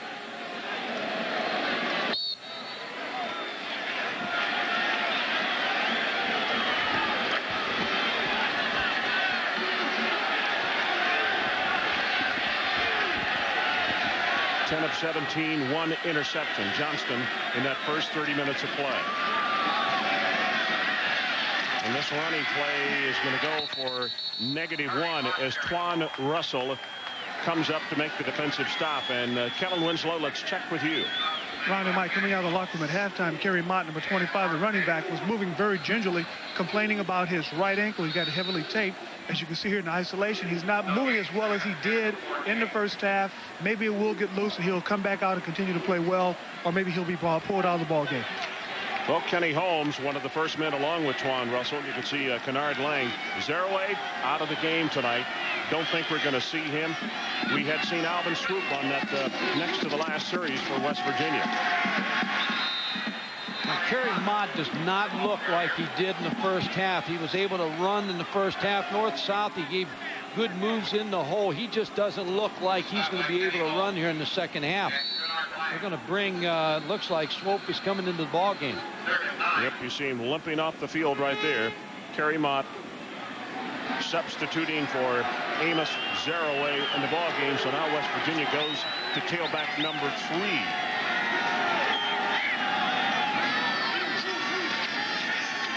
Fakes it to Swoop. Johnston's pass is caught for the first down, and that's David Saunders. Now they say incomplete. Big play again for the Miami defense. Chad Johnston likes this route. It's a deep out to David Saunders. Now, Ron, you've got it. Miami's been close on the punt blocks. They have been real close to getting the West Virginia punt. Let's see if they go after this one. Speaking of close, I thought that was a reception, and he got knocked out of bounds. The officials right there say no. Pressure coming. He gets his kick away. Very high, not very long. Fair catch called for at the 39-yard line. That's only a 24-yard kick. Trent Jones makes the catch. Let's take a timeout. Brought to you by Mercedes-Benz C-Class. Oh, the largest crowd in Mountaineer Field history witnessed a 17-14 West Virginia win. Robert Walker rushed for 100 yards, including this 19-yard run that sealed the victory. It was Miami's first loss in conference play in a game that gave West Virginia the Big East title.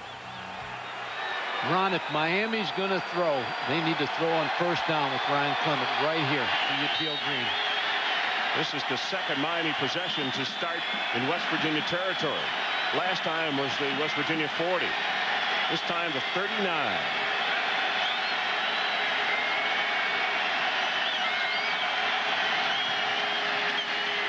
Clement. Teal Green. Good heavens, it hit him in the arms, the shoulder pad, and falls to the turf. Well, this is the down you want Ryan Clement to put the ball up, because on first down, it's the best shot you're going to have protection-wise, and you've got the threat of the run. And threw this ball up to Teal Green. It's right on the money. Teal Green just didn't play it, Ron. He just lost the ball. See, he can't find the football. That ball should have been caught by Teal Green. That's 2 tonight that Clement has put where it needs to be, and Miami has dropped it.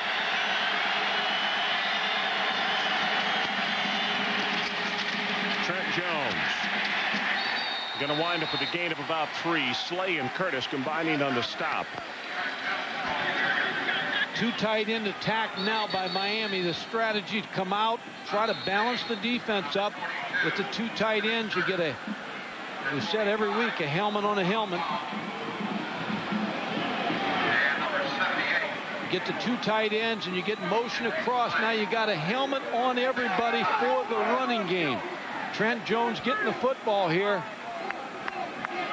Almost loaded up, saying we're going to run the football. You got a good block, but they can't block Canute Curtis, number 42, at the point of attack. Jermaine Chambers, senior wide receiver out of Homestead, is the man who is down on the field. And let's check in once again with Mike Tirico. Mike? And Ron, this McDonald's breakaway takes us back out to the Pac-10. We told you at the half the Cal lead was 4. UCLA has taken the lead thanks to Skip Hicks. 34-yard run, part of a 75-yard second half opening drive. Hicks has 101 rushing yards now. UCLA leads Cal by 3. Back here in Morgantown as they are attending to Tremain Chambers, we have no score. Miami and West Virginia with 13 to play, third quarter. Well, what's going through both coaching staffs' minds is trying to find a way to get points to put pressure on the other team. Trying to milk a situation to get on the board. Mountaineer crowd trying to help out the defense. Clement right over the middle, got this one complete. 84, Chris C. Jones, his tight end, and he's inside the 10-yard line. Bernard Russ holding on. And let's see, they're going to spot him just outside the 10. Well, I like what Miami's doing here on offense. See Ryan Clement again giving a great performance tonight. Going to two tight ends, trying again to balance this defense up, looking off, and now trying to find Chris Jones down the middle. A good play call by Larry Coker. Bernard Russ was in coverage there, but that's the scheme right now. Two tight ends. 12-yard line. First and 10, Miami. Deepest threat of the night by them. Trent Jones, he's got speed, tries to turn the corner, and in fact, he ran right out from underneath his cut, and you see the marker come down. Bastine and Emmanuel combining to the stop. Well, Charles Emmanuel was right there, but the stiff arm by Trent Jones kept Charles Emmanuel away from making that tackle. Well, here's another problem for Miami, picking up another penalty.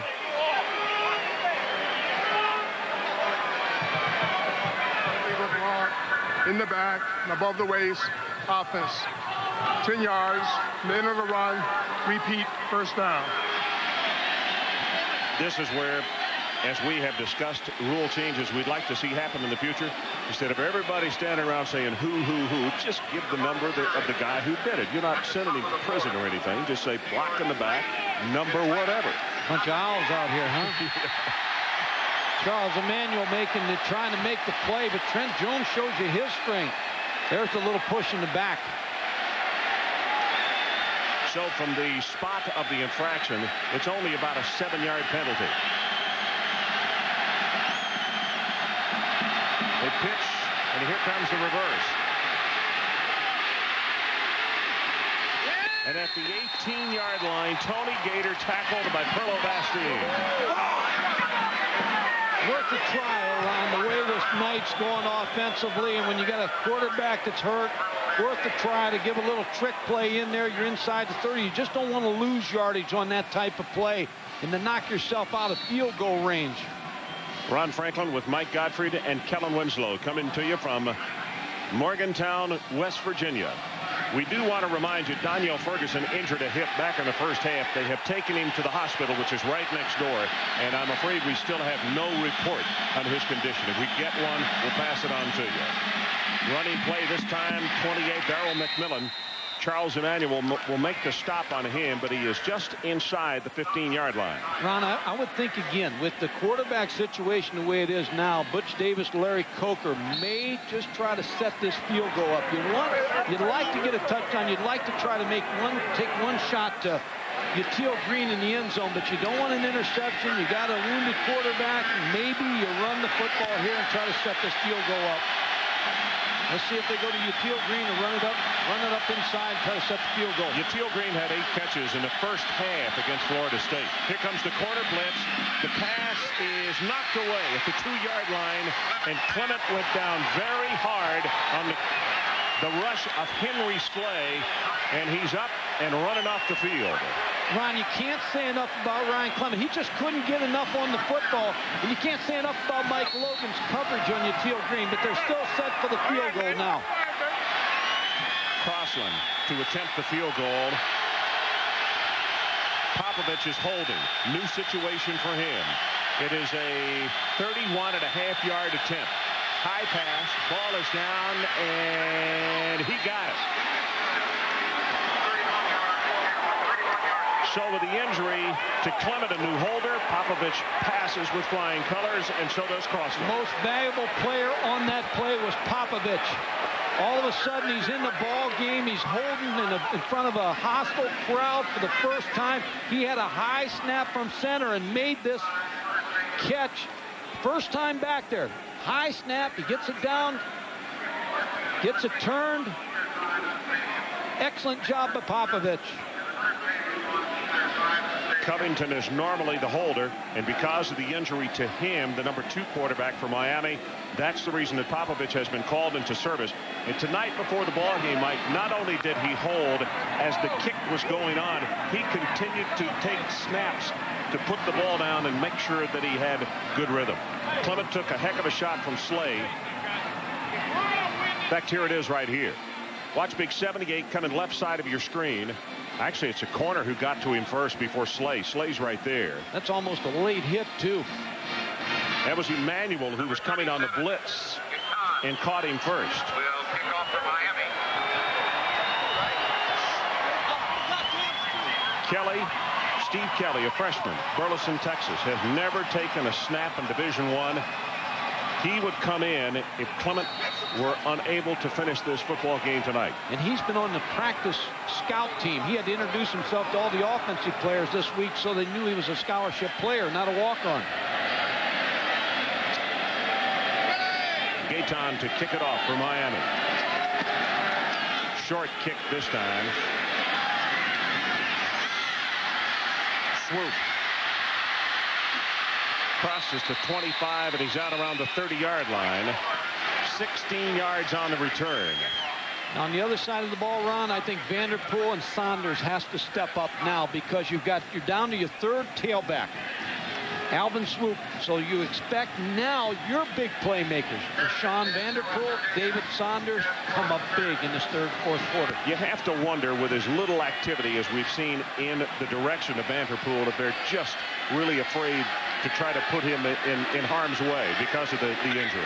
Good point, but you know, I think he wants that football. I don't think there's any question about that, and he's their best. Johnston is going to throw this one right over the top of Butch Davis's head. Foreman was the closest guy to it.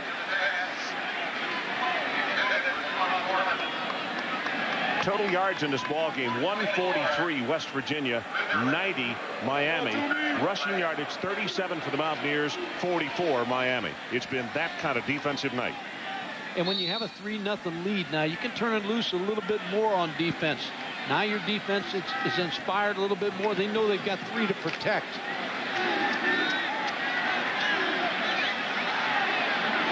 Syracuse won this afternoon. They are still undefeated in Big East play. That pass almost intercepted, and boy, Starks was the closest guy to it. Hit him right in the hands. Almost was thrown to Dwayne Starks, number 23. I think there was just a little bit too much on it, and Dwayne Starks didn't pick it up quick enough.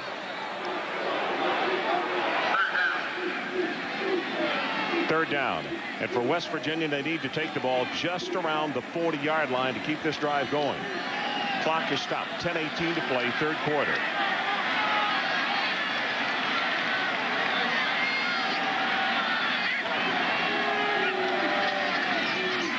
They set up the screen. You can see Miami trying to get back to play it. And Swoop is going to be hit after a short gain. And Kenny Holmes, number 90, is outside to make the tackle. You're right. They set up the screen, a little flare screen, but Kenny Holmes was able to come off the block of the tackle, go out and make the play. Number 90, Kenny Holmes, is going to start the rush, but now he sees it's a screen. If he doesn't make this play, they have a big play. Kenny Holmes with good redirection. Brian West, the punter. Dwayne Starks is back deep. You see the average with as long as 51 yards tonight. They're coming after him again, and he gets it away. Fair catch is signaled for and made at the 30. 38-yard kick will go away for a moment. Back with more from Morgantown after this. Well, the rain has stopped with a very damp and cool evening. The defenses have been hot. The offenses have not. And our situation, Don Nehlen's home crowd trying to pump him up, but his ball club is down 3-0 to Butch Davis and the Miami Hurricanes, who are trying to break out of a slump that goes all the way back to the 1980s when they would have lost 3 games in a row. Canute Curtis. Teal Green says we got more coming. You can see Clement changing the play at the line of scrimmage. Short drop, and he throws it quick out, and it's intercepted by Logan.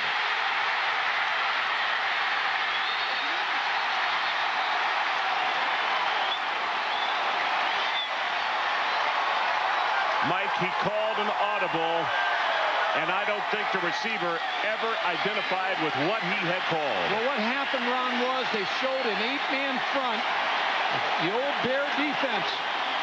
So you've got 8 people in the box right here. So Ryan Clement checks off because he thinks he's got a cushion on Mike Logan. But watch Mike Logan roll up. And Red, they knew that he was going to try to throw the quick hitch, quick out. Mike Logan played to play, had the safety over top. It was good defense he called by Steve Dunlap. That was called all the way, expecting that throw out to the outside, that would be the checkoff. Boy, how one play quickly changes this complexion of this ball game. Now look at this, tied now for first in the NCAA, 15 interceptions, and that ties him with Virginia and Auburn. 33 yards on the return. McMillan knocked him out of bounds, and the running play, fighting for the end zone, is Alvin Swoop, and he's going to be stopped at about the 2.5 by Burgess.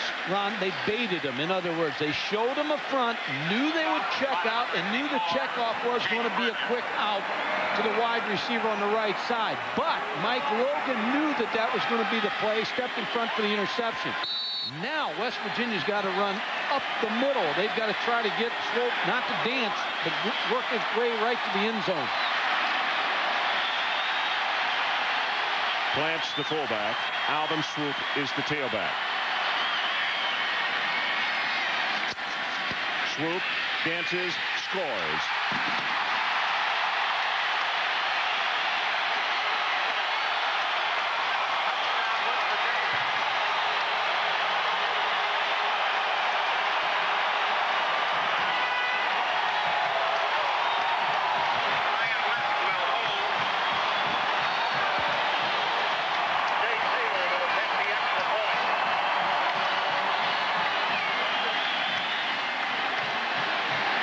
Taylor with the extra point attempt. Down, and it's good. 8:40 left in the third quarter. And finally, this giant crowd here in Morgantown, West Virginia comes alive as their ball club takes advantage of a Logan interception. 15th of the year with the Mountaineers, and they punch it in with Swoop. 7-3. Well, you expect a great defense to make plays. 15 interceptions on the season. Steve Dunlap, you've got to give him a lot of credit for that play. Here's the interception, the 3-step drop thrown to the outside. Mike Logan just sits on the play on the outside and then takes it back inside the 5-yard line. Alvin Swope up inside, follows the blocking of Mark Plants in the end zone for the go-ahead touchdown.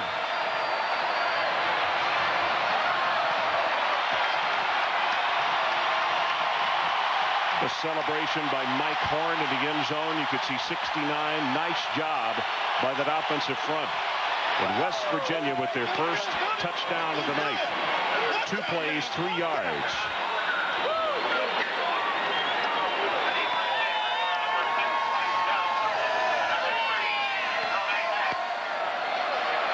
So Clement ready to come back on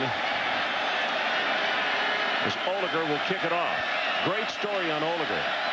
Preseason, coaches heard a helicopter land upon the practice field. His mom is a helicopter pilot and instructor. She landed it up there, came and said, "You don't mind if I leave it up there for a bit? Do you want to watch my kid kick in the scrimmage tonight?" They said, "That's fine." Tremain Mack out of the 30, 35, and now to the 38-yard line. And Kellen, let's check in with you. We've had a lot of injuries and changes tonight. Well, Ron, we know about Zeraway being out with the turf toe at the beginning of the game. Also, Mott is out with a sprained foot. They're not sure what's going to happen with him later on. They're going to evaluate him again. Of course, it falls on the shoulders of Swoop, the first-year running back, who's playing a big role here tonight, scoring the touchdown. We've got some injuries on the Miami side. We'll get to those a little bit later.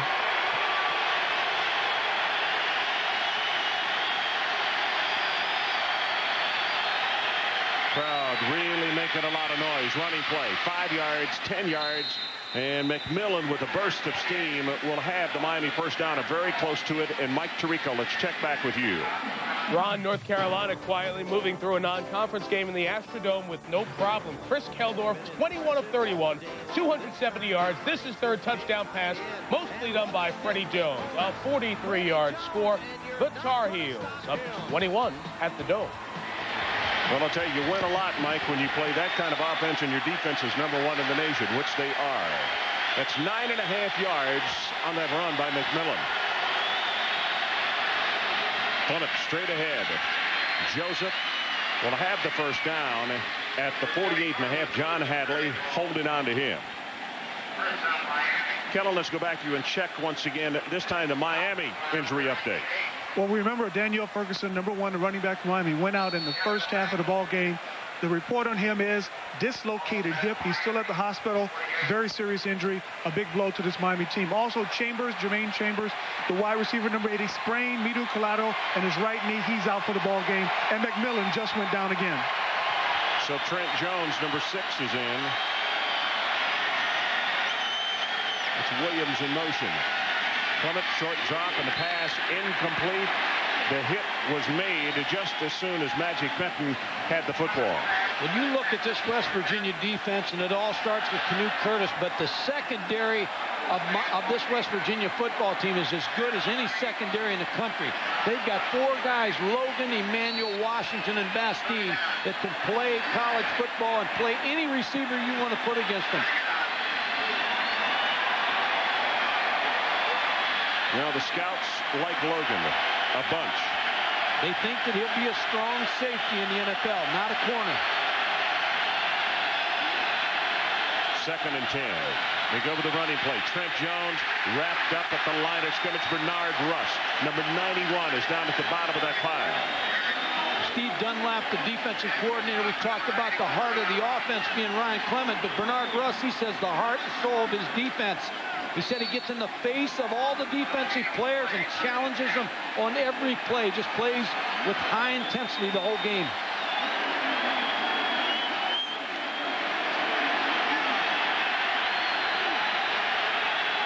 Well, that touchdown woke this crowd up. They got a sizable wave going here.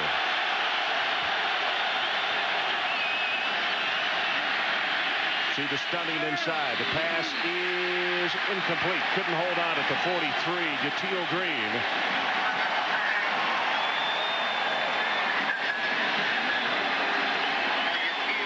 I think that was a good throw by Ryan Clement. Just wasn't held on to by Yatil Green.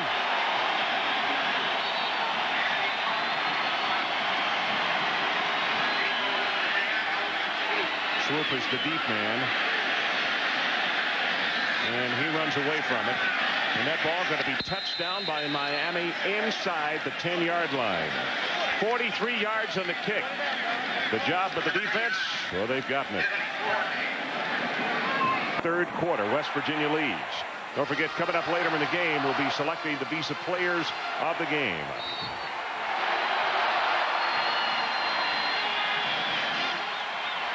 Well, the injuries continue. McMillan injured just a moment ago, the tailback of Miami. And also Logan, the cornerback for the Mountaineers, being worked on. They go straight ahead with Plants, the fullback. Burgess will put the wrap on him, but he's out to around the 21-yard line. Well, now that they're down to the 3rd tailback, you want to get the ball to the fullback a little bit. Mark Plants on a little trap up inside. My fault. It was Anthony Green. It was 49 rather than 46. My miscall. They alternate them both in, Plants and Anthony Green, both freshmen, both about the same size, 6'2", 240 for Anthony Green. Actually, Anthony Green's father, Joe, played for Needham when he was at Bowling Green.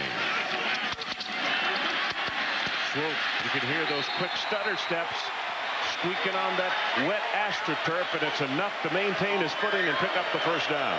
Well, the coaches say he's not as fast as Amos Zeraway or Kerry Mott, but he's a strong runner.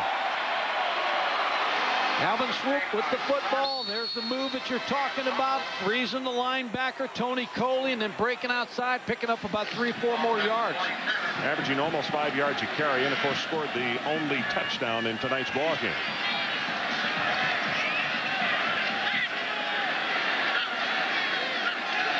Foreman in motion. Swoop. Boy, he got to the hole very rapidly. Dwayne Starks comes up and makes the hit on him. This, by the way, is the 5th West Virginia possession out of 10 tonight to start inside their own 20-yard line. So their play calling, they've been a little bit restricted, Mike. Well, they have, and their running game now looks like it's taken on a different meaning for the offensive line. They're blocking, they're staying with their blocks, they're really handling the defensive line of Miami.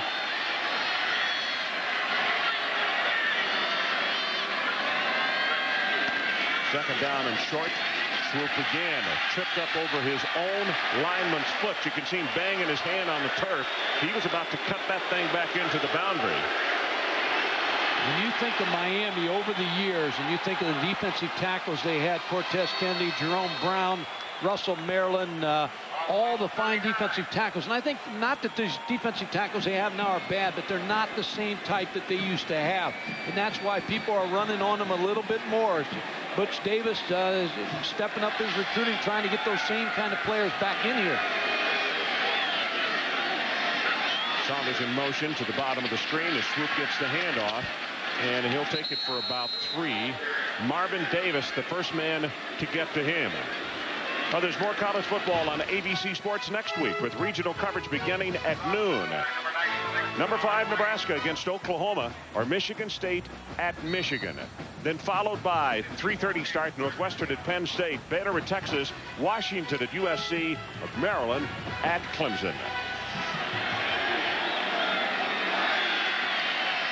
7-3 our score. West Virginia leads.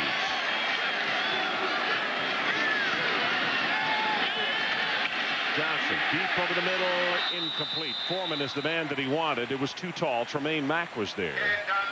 I like the call because you're running the football effectively. Good fake, but Tremain Mack, number 3, was sitting in center field. There's the fake. Good fake by Chad Johnston. Now he's trying to go down to get the big play that either one of these teams have been able to get today. And both of these teams are accustomed to making the big play. Well, Miami especially. Miami's more of a big team offense, a big play offense than West Virginia. Only 30% on third down conversions tonight for the Mountaineers. Pressure from the outside. Johnston has to hurry, gets it away, and there's your first down. Number 6, David Saunders, the sophomore out of Palatine, Illinois. Ron Frank Burks, number 66, who's a backup offensive lineman, came out and blocked the defensive end from Miami and gave Chad Johnston. Number 66, you're going to see him come out, make the block on Kennard Lang, and that gave time to Chad Johnston to find David Saunders in front of Dwayne Starks. Okay. Good protection. So Burks with the big play there. Quick handoff inside. That's to Anthony Green. And the freshman out of Jersey City is tackled by Marvin Davis after he picks up a couple. Dan Semro and Don Nalen are the play calling in this drive. They've been able to go inside, outside. They've tried to throw the football, but they're controlling the line of scrimmage right now. And they really have to feel good about that with 3:10 to go in the third quarter. That I think they own the line of scrimmage with their offensive line at this point. I know Johnston is a senior, but this is the youngest offense that Neyland has ever had as the head coach of the Mountaineers. Swoop. Nothing outside, nothing inside, and he's going to be knocked down. Nice defense, Kennard Lang, and also James Burgess. Mike Tirico, back to you. Well, Ron, North Carolina's lead in the Astrodome has been trimmed by the Houston Cougars, and here's how. Chuck Clements rolling out in some trouble. Dangerous throw back to the other side, but nobody's covering Damian Johnson. Nice cutback, too. 39-yard score, and the lead is now 14 for the Tar Heels. Gosh, he was so alone in the Astrodome, he looked like the first guy out for an order game. And the last.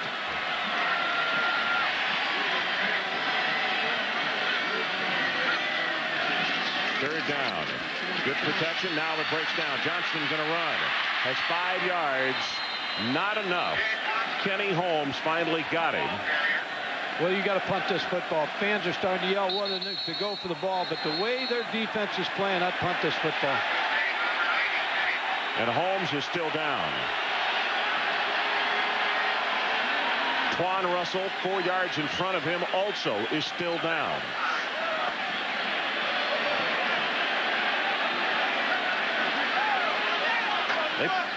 They play on natural surface down at the Orange Bowl. Oh, they collided. Had nothing to do with the surface. No. But the players were not excited about playing on the AstroTurf. One of the things they said yesterday as they came out, they'd much rather play on the natural stuff. But that one right there wouldn't have mattered if you were playing it out here in the parking lot. They banged heads together and shoulders.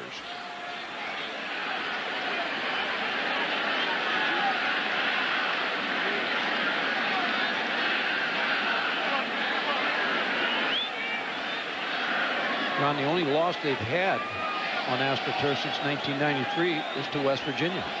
Right here. Yep, 1993. We showed you the highlights just a moment ago.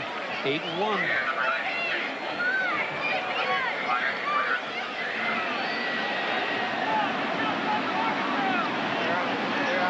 Twan Russell, and you can see he's in some pain, and he's showing that it is his left shoulder that he has stung. Kenny Holmes being helped off.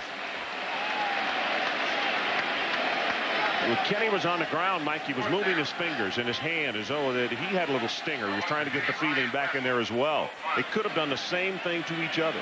Right, man. When I was talking about punting, even though you had 4th and 3 or 4, people were urging Don Nalen to go for it. The way your defense is playing, and the way Miami's offense is playing, and you got an injured quarterback, punt him in the hole. So Starks is back deep. We'll see if West can do just that. Paid off a moment ago. Kicked it deep. Depended on the defense to come up with the big play, and Logan did.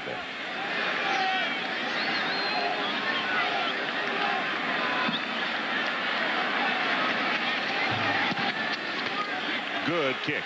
And in fact, this one may be too long. At the 1, and it goes into the end zone. Kellen Winslow, let's check in with you down on the sideline. Well, Ron and Mike, looking at the bowl game situation, we're here with Steve Earhart, executive director of the Liberty Bowl, played in Memphis, of course, here on ESPN. Steve, you're looking at a couple of teams tonight. That's right. We're going to get a great team out of the Big East. They have 4 outstanding teams. Syracuse and Virginia Tech both won big today, and then either one of these teams. So we'd be very pleased to have one of these teams representing the Big East in Memphis at the Liberty Bowl. And they would oppose who? The champion of Conference USA right now. Southern Miss is out front, but East Carolina's tough as well. All right, then back up to you guys. We're looking forward to that Liberty Bowl on ESPN. Down in Memphis.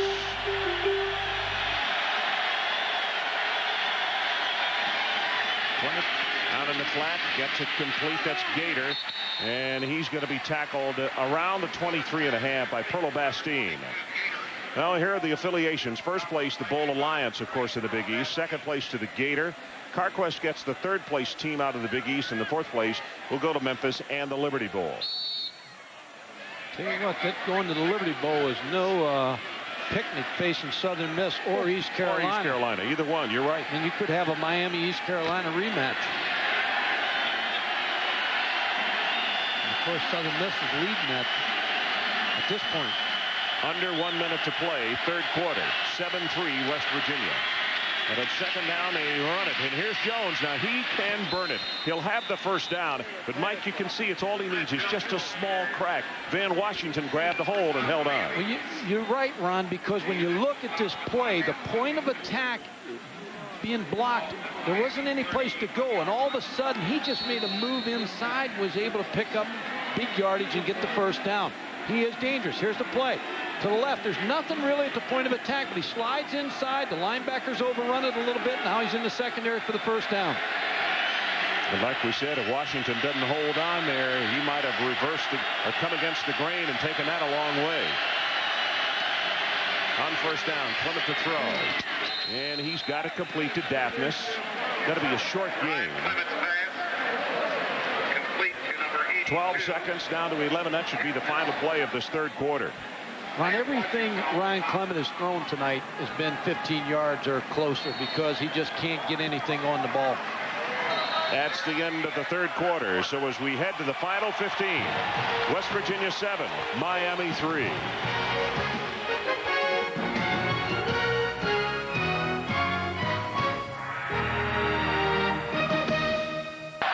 So the 4th quarter is here. 7-3, West Virginia leads. And our guys are bundled up and doing their usual good job. The rain has stopped, thank goodness. Now the temperature drops down into the 40s.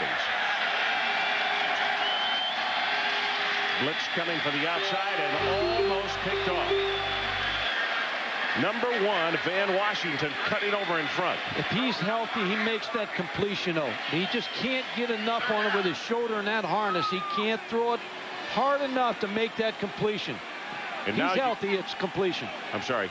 Yatil Green is now shaken up. He is hobbled back to the huddle. He would not go to the sideline.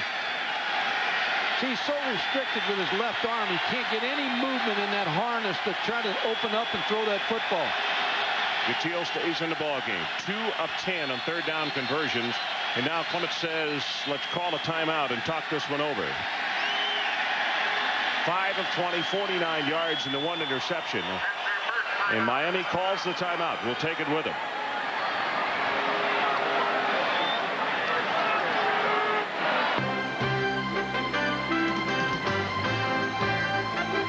ESPN's coverage of Saturday primetime is brought to you by McDonald's. Have you had your break today?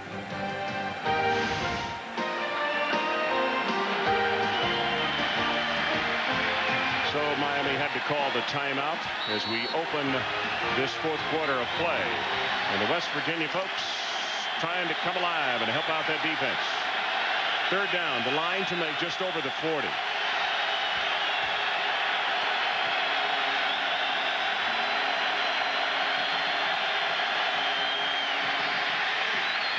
Clement got it complete at the 49 to Yatil Green. They handled Canute Curtis. That was the start of the play. They gave Ryan Clement time. Yatil Green, you expect him to make the play. They made the adjustment. They went doubled him. They blocked him with a tackle and then picked him up with a running back. Yatil Green on a slant pattern made the catch, cradled the ball in front of Charles Fisher, number 4, the defensive back. Big play for Ryan Clement. Trent Jones, nothing.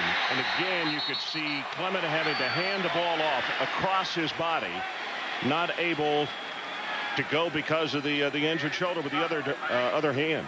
Henry Slay's a load too, Ronnie. 6'2", 290, right up the field. Faced Trent Jones, no place to run.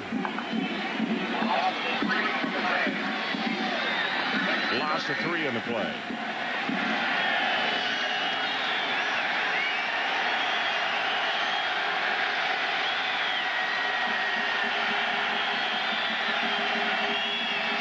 Clement pumped it once, gets it over the middle, just threw it away, and he gets decked. Chris C. Jones is the guy that he wanted. Again, it's Henry Slay. Ron, they had 2 plays where Charles Fisher was in the ball game for Mike Logan. Mike Logan went to the sideline for 2 plays. They hit Yatil Green on the first play. He was open on the last play, but they just didn't have time to get him. But now Mike Logan's back in the ball game to try to defend against Yatil Green.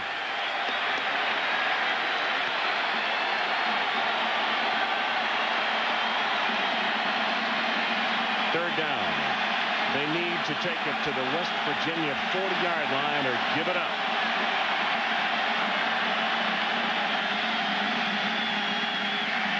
Clement deep over the middle. Almost intercepted as it got batted between Washington and John Hadley, and Hadley almost came away with the pick. Ron, they had 4 defensive players in the area where Ryan Clement was trying to throw the football. Here's Van Washington, number 1, right here. Going to sit him right in the hole, right there. He's looking for a crossing route. Swoop signals for the fair catch, and he makes it as he drops the ball for a moment at the 17. It's a 37-yard kick. Mike Tirico, let's go back to you. And Ron, we'll take it back to Berkeley. It looks like it may be back-to-back losses for Cal. Cade McNown is a very good second half going. 42 is a big reason why. Look at Skip Hicks. Linebacker's not going to catch him, and nobody in the secondary will. Big touchdown. UCLA's knocking on the door again. Up 10. Our score is 7-3 with just under 14 to play.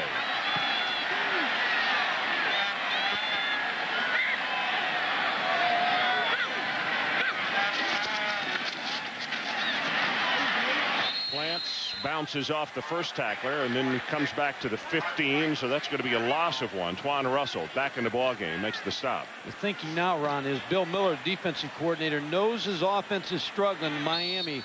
Now he's got to encourage his defense. They got to find a way to turn the ball over, get some type of big play to turn the field position war so that Ryan Clement doesn't have that far to get the ball in the end zone. Just like West Virginia did with the interception by Logan.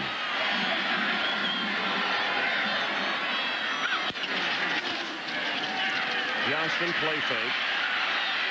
Going deep. And it's overthrown. And he had one-on-one coverage and maybe about a step.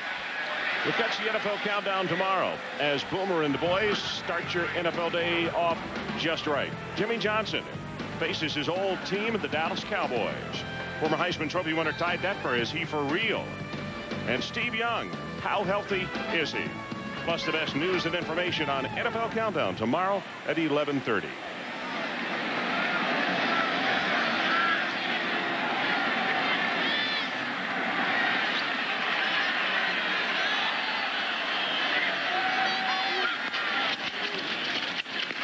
Draw play, swoop to the 29-yard line.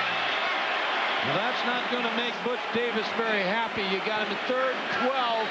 You expect to draw a play, and still they pop it. And Alvin Swoop, the third tailback, gets the first down. Trent Jones and Alvin Swoop possess a lot of the same qualities. And I think Jones is faster, but Swoop is not going to stay in the same place very long. They make you miss. Tells you a little bit about the depth of West Virginia. That's why they're undefeated. They've got depth that they can go to the third tailback and still play very well against an excellent defense in Miami.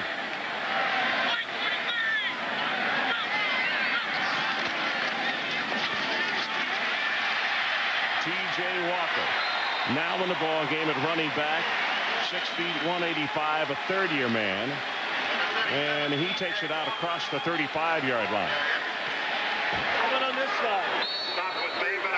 I'll tell you what, I don't know how much deeper they can go. They're working on Swoop's lower back, and Swoop is the third person. Zaraway couldn't play tonight. Mott went down with an ankle injury, and now Swoop, who's been playing well.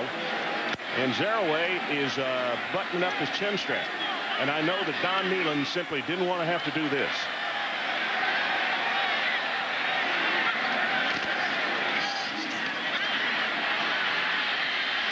This running play is going to go for -3. Earl Little comes up to make the tackle.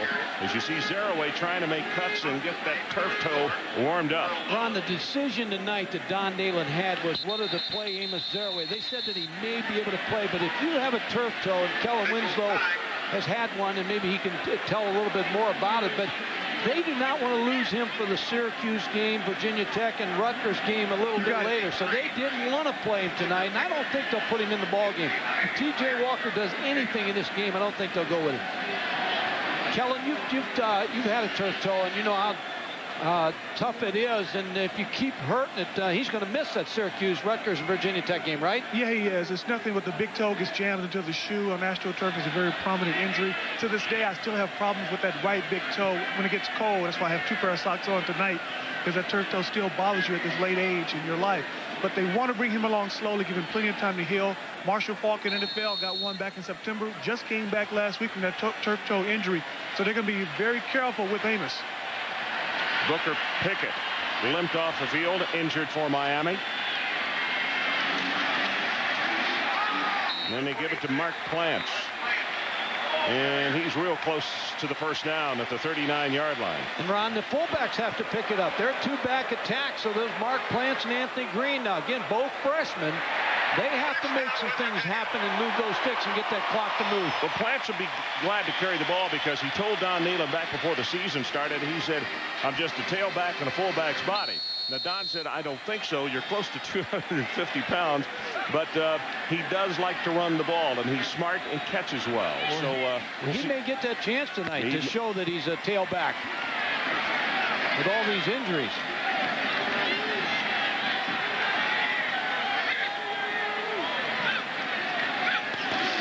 First down, they give it to him again. Bounces off the first tackler. Will not get by the second wave. James Burgess heads that defensive group, and also Kenny Holmes. And we see number 24, Swoops, coming back into the lineup. Let's make it one swoop, not plural. T.J. Walker did exactly what he needed to do. He gave some time so Alvin Swoop could go to the sideline, get taken care of, and back in the ball game. And I think Zaraway would be an absolute final resort, because I just don't think Don Nalen wants to take a chance on losing him for the rest of the year. No, they'll need him next week against Syracuse.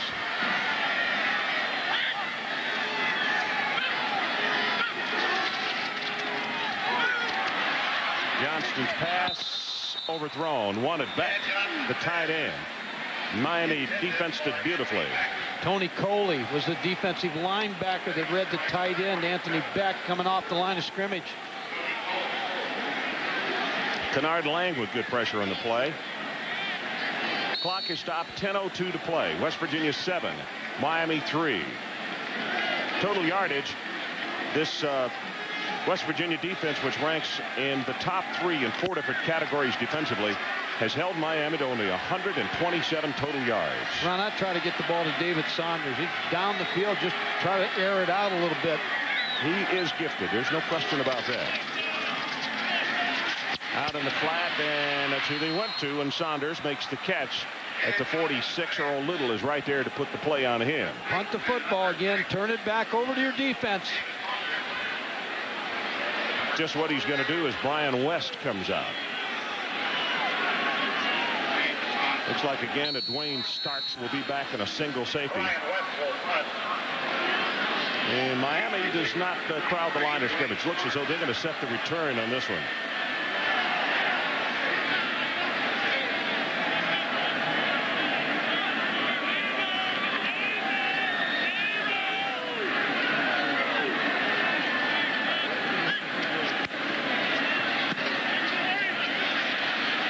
Not his best effort of the night, but it's going to go out of bounds with no return inside the 20-yard line. 34 yards in the kick. So let's take a break. Offense talks it over on the sideline. We'll be right back. They've redshirted him. West Virginia leads 7-3. We have a 9:09 left to play in our ball game.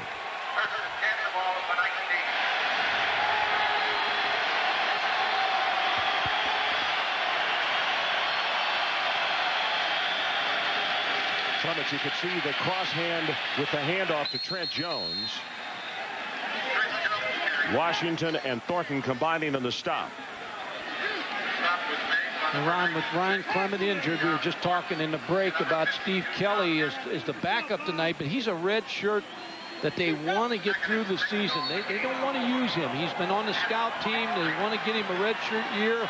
And he's the real backup tonight because of Scott Covington's situation, which we'll talk about here in a little bit. But they don't want to play Steve Kelly. That's why Ryan Clement's still in the ballgame.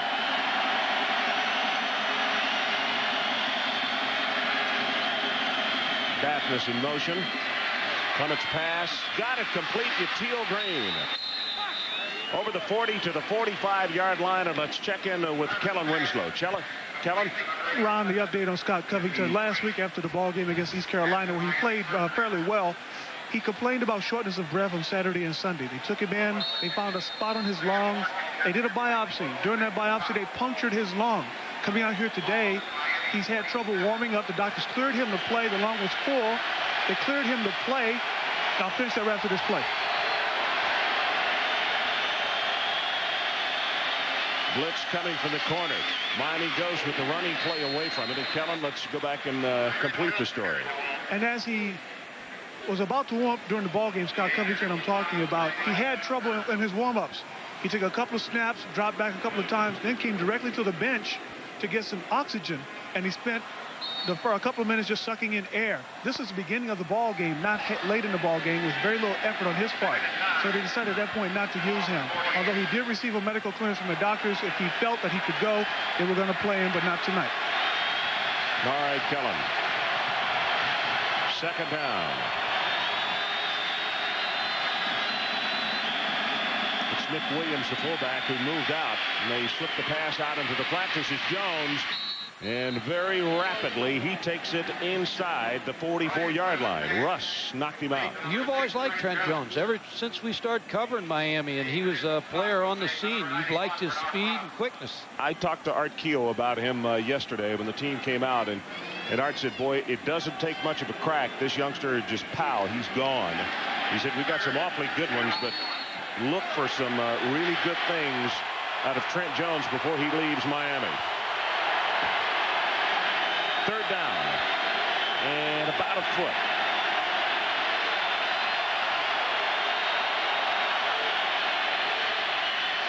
Straight ahead.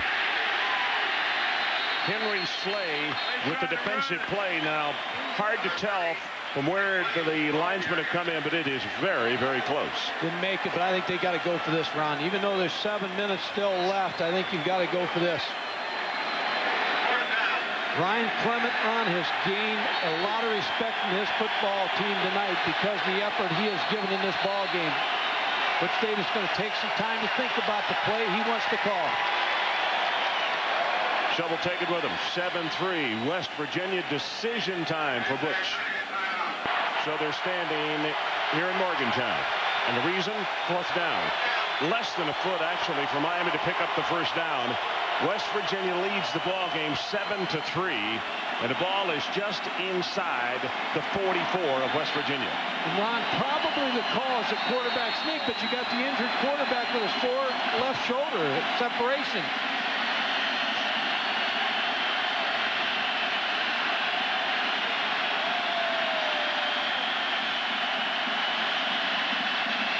Jones, he's got it.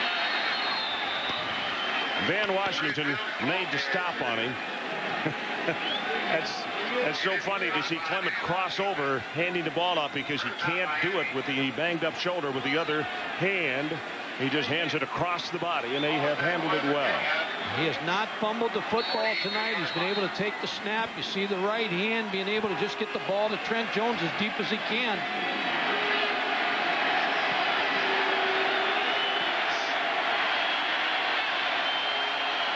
Clock runs under 6.5 minutes to play, and it's going to go rapidly now. Clement deep in the pocket. Canute had a shot at him, gets it away to the tight end at the 38-yard line, and 82-yard Daphnis comes down with it. What Clement was able to do is avoid the rush of Canute Curtis, but it really kills the play because play's not able to go off on time. Steps up inside, now tries to get the ball off to Gerald Daphnis, but doesn't pick up many yards, but avoided the sack. You know, Canute has been silenced here in the second half. He wreaked havoc in the first half. We haven't called his name much in the third and fourth quarter. Handling with a tackle a little bit more, Ron, so they did bigger matchup, bigger body for him to go over. Two tight ends again in the ball game for Miami. And the running play, Jones coughed it up, lost the handle. Did he recover it? Yes. Just talking about that, not fumbling tonight, but you can't do something out of the ordinary. Expect it always to go perfect. Your timing's off, everything's off when you try to do something with the off arm.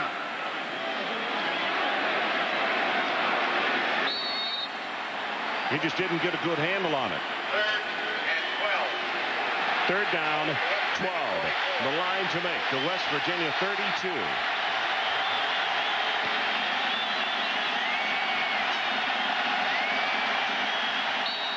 Well, let's see if this guy is coming off the corner. Number 42, Canute Curtis. Okay, what they're going to get him for, Ron, now, substitution. They had too many people in the huddle. When they broke the huddle, they had like 13 players on the field. See, Butch is not arguing. This is a rule that when they came in, they wanted hard and fast. Teams were taking advantage and confusing the defenses, breaking the huddle late, sending some off the field. Penalties have really hurt the last couple of weeks, this Miami football team. Number 18, that's Fulcher. Mandrell Fulcher, freshman out of Coffeyville, Kansas, a tight end, number 18. You might look for him. Former wide receiver, plays at the tight end and runs extremely well.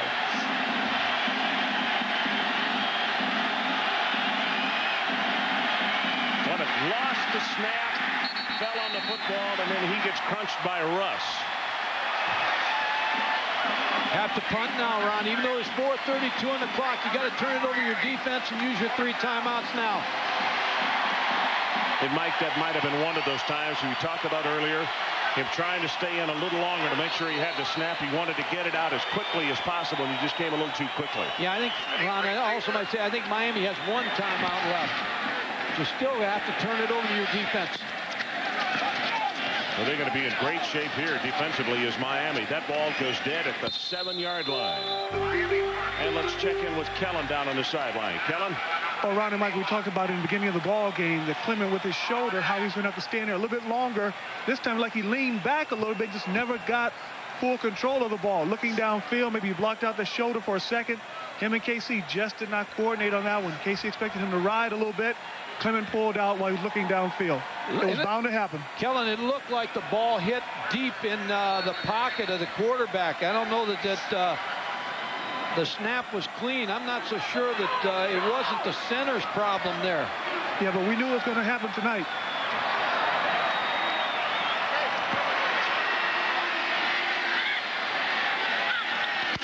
Johnson turns and gives it to Swoop. Runs into his own blocker.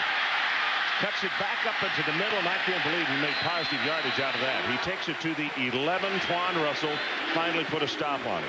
And now you tell your offense right now, it's this ball game's to your offensive line now, because a couple first downs here and this baby's over. Alvin Swoop just ran in the back of his offensive lineman, had enough presence to work up the field, and still made positive yards on it. Twan Russell made the tackle, but now you talk in terms of 2 first downs, you got to win. Clock running now under 3:30 to play.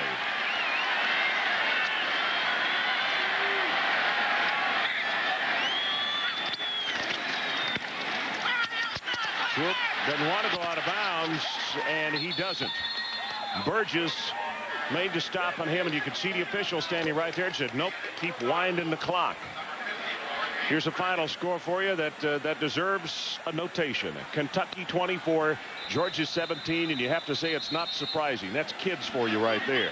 Bill Curry, the announcement coming earlier this week that he would not be around after the end of this season, and the kids said we'd like to make a statement, and they did tonight.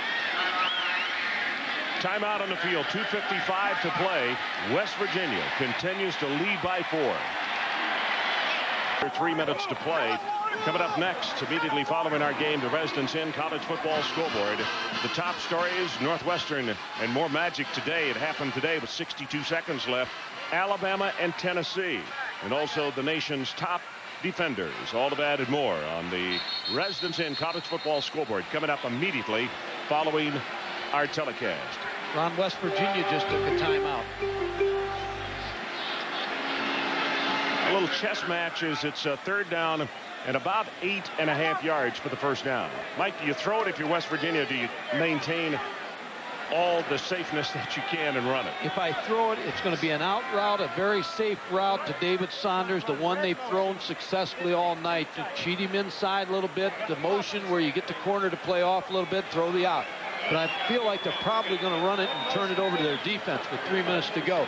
So either way, I'd go with the safe route, the out route, or run the football and get that clock moving. Miami's out of timeouts. Turn it over to my defense.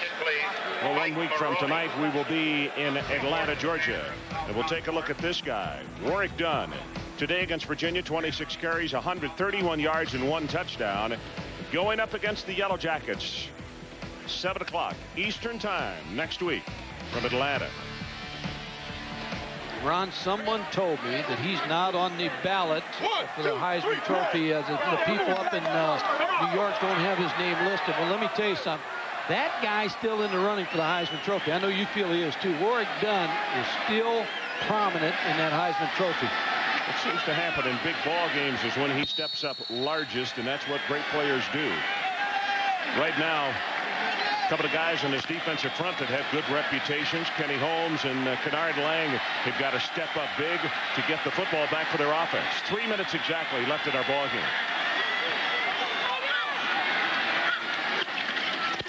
Johnston, draw play.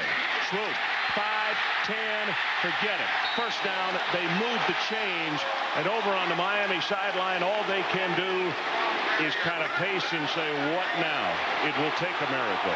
Well, the draw play. Again, you got penetration by the two defensive ends. The tackles roaring up the field. Dan Semro, play selection, the offensive coordinator of the second half, 21 rushes. They controlled the ball on the ground, 10 passes. But remember, the turnover was big. Mike Logan's interception gave them the field position to play this way in the second half. Yep, it took the defense to set up the offense. You're exactly right. Field position all night. The turnover was the big play of the ball game.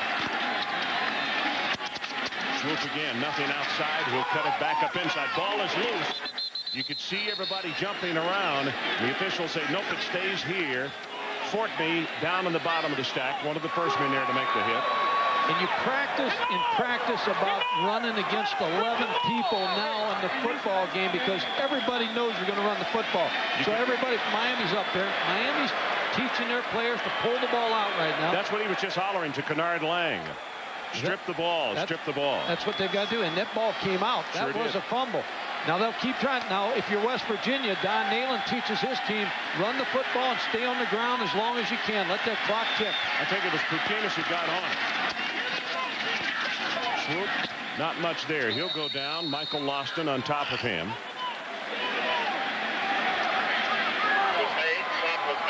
Game clock is at 1:34, now 1:33. And they have not whistled the play clock in. Now they have. You just take all the time you can take if you're Chad Johnston.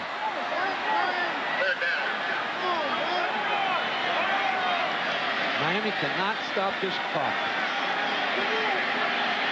You got to hope they can stop him here. Probably see another draw, and then one play where you got to punt the football. Play clock is down to 3, down to 2, down to 1, and West Virginia has to burn a timeout. West Virginia. So let's take a timeout. 68 seconds left in this one. 7-3 West Virginia. Virginia called the timeout to make sure that they had everything squared away. We have 1 minute 8 seconds left of this one, and West Virginia leads 7-3.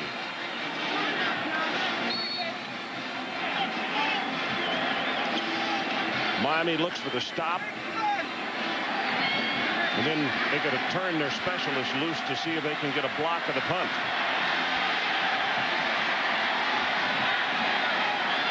That, of course, their specialist, Tremain Mack. The running play, not going to get it. Out to the 30, Marcus Wimberly on the tackle.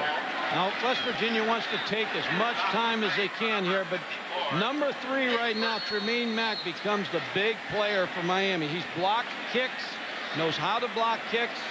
West Virginia's going to let this time run down. You can take a penalty, whatever they have to, but they're still going to have to punt this football. It's going to go way down, too, Mike, because they didn't get the 25-second clock in until just a bit ago. It's down to 7, down to 6. It's going to be about 27, 28 seconds left in the ball game when it finally goes out. And West Virginia calls a timeout with 29 ticks left in the clock. Well, tonight's piece of players of the game are from Miami, Ryan Clement, the quarterback who played with a separated left shoulder. 9 of 26, 104 yards and an interception. You might say the numbers are not great, but I'll tell you, the guts, the fortitude that this young man showed were great. Unbelievable that he could play the entire game. And from West Virginia, Mike Logan, 3 tackles, 1 pass breakup, but his interception set up the only touchdown scored in the ball game tonight. And as part of their continuing effort to further the development of amateur athletics, Visa is proud to donate $1,000 to each of these universities on behalf of these athletes. Ryan Clement's efforts will pay off down the line because these players are going to rally around him when he comes back and gets back healthy. They know what effort he gave. How can you not respect a guy like that? Talk about playing with some pain. Maybe goes a little bit beyond that. 36, Brian West stands back to punt. He just wants to get it off. And you better keep an eye on number 3, Tremain Mack.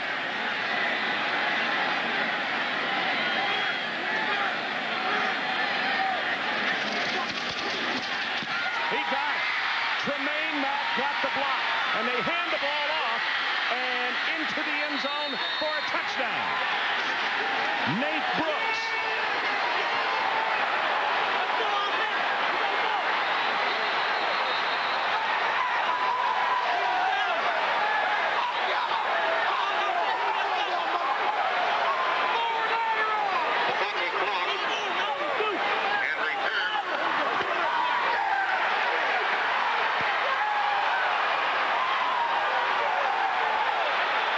is a touchdown. Unsportsmanlike conduct has been called against Miami for celebration after the play. But the most important thing, if you are the Miami Hurricane and their coaching staff, they are on top 9-7 with the punt block. And I mean, this place has been stunned. You cannot hear anything. I mean, that bench at Miami is very loud, and that's over close to 70,000 people that are just sitting there not saying a word. They were close in the first half blocking a punt. Tremain Mack was close a couple times. You figured that there was going to be an all-out punt rush. You look for your players to make big plays. Tremain Mack may not make a bigger play in Miami football history than he made today.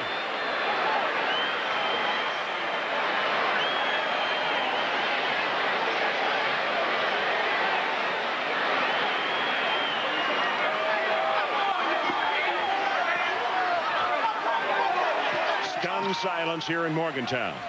Don Nehlen simply cannot believe it. It's one of those things where you know the big right is coming, and you better either throw a jab or run away, and they got tagged right between the eyes. Extra point attempt is good. Crossland gets it. It is 10-7 Miami.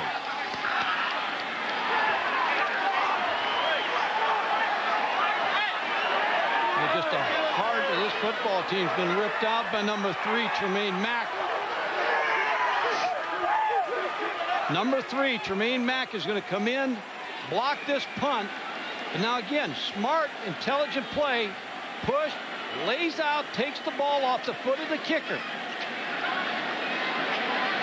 Then the ball's up for grabs. Smart play there also. Getting the football to Brooks for the touchdown. Brooks takes it in for the touchdown, and again on the outside, you see Saunders trying to block on him, and he simply, Saunders didn't think taking that angle that he could possibly get there, and he did.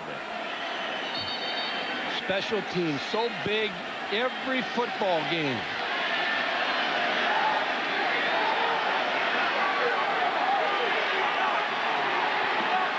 Saunders on the sideline still in disbelief that he got around him, taking that angle, and got out there to block the kick. Miami leads 10-7 with 21 seconds left. Ron, every week when you prepare to play against a punter, you watch the tape and you see where his point of aim is, where he's going to get rid of the football.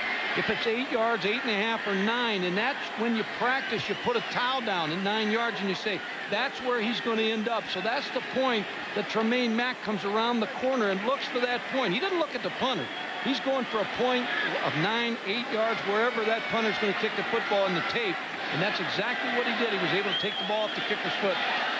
Well, because of the excessive celebration, Gaetanen is going to have to kick off in the 20.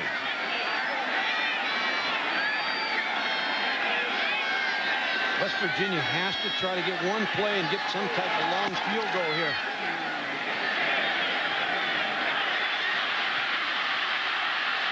Swoop going to come out of bounds just across midfield, and let's check in with Kellen. Well, Ron and Mike, you're talking about that block by Mack, who, by the way, is one of the best athletes on Miami's team. But watch number 24 right next to him reach out and grab David Saunders, trying to hold him back from getting outside to Saunders. A well-designed play, often ran by many teams in college, pro, and high school. Miami ran into effectiveness. Ron, now West Virginia's out of timeouts. They need one throw down the field, couple throws down the field. Chad Johnson's got to get the ball to Vanderpool or Saunders. Try to get set up to tie this thing with 16 seconds to go. Still not out of it, West Virginia.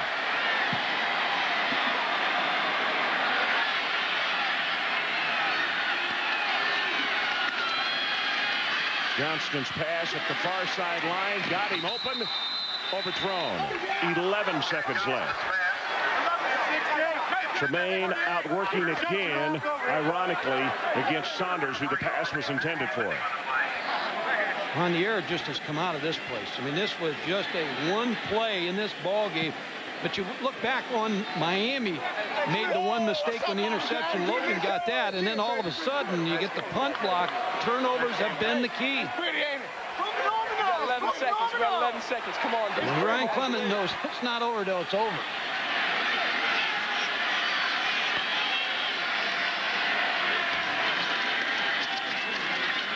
Johnson steps up, and he is tripped up and going to be sacked. It is Kennard Lang who got him. 2 seconds down to 1, and this one is history.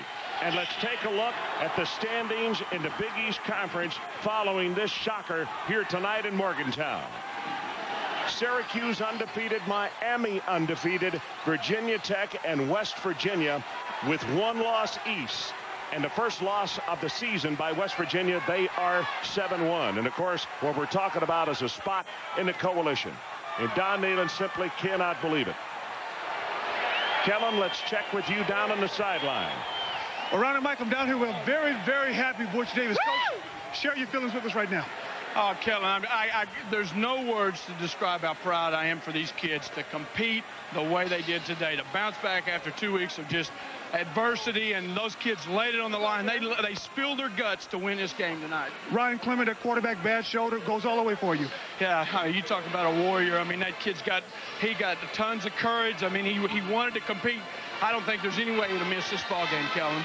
Thank you, Coach. Congratulations. Ron, back up to you. Okay, thanks. The hero, Tremain Mack.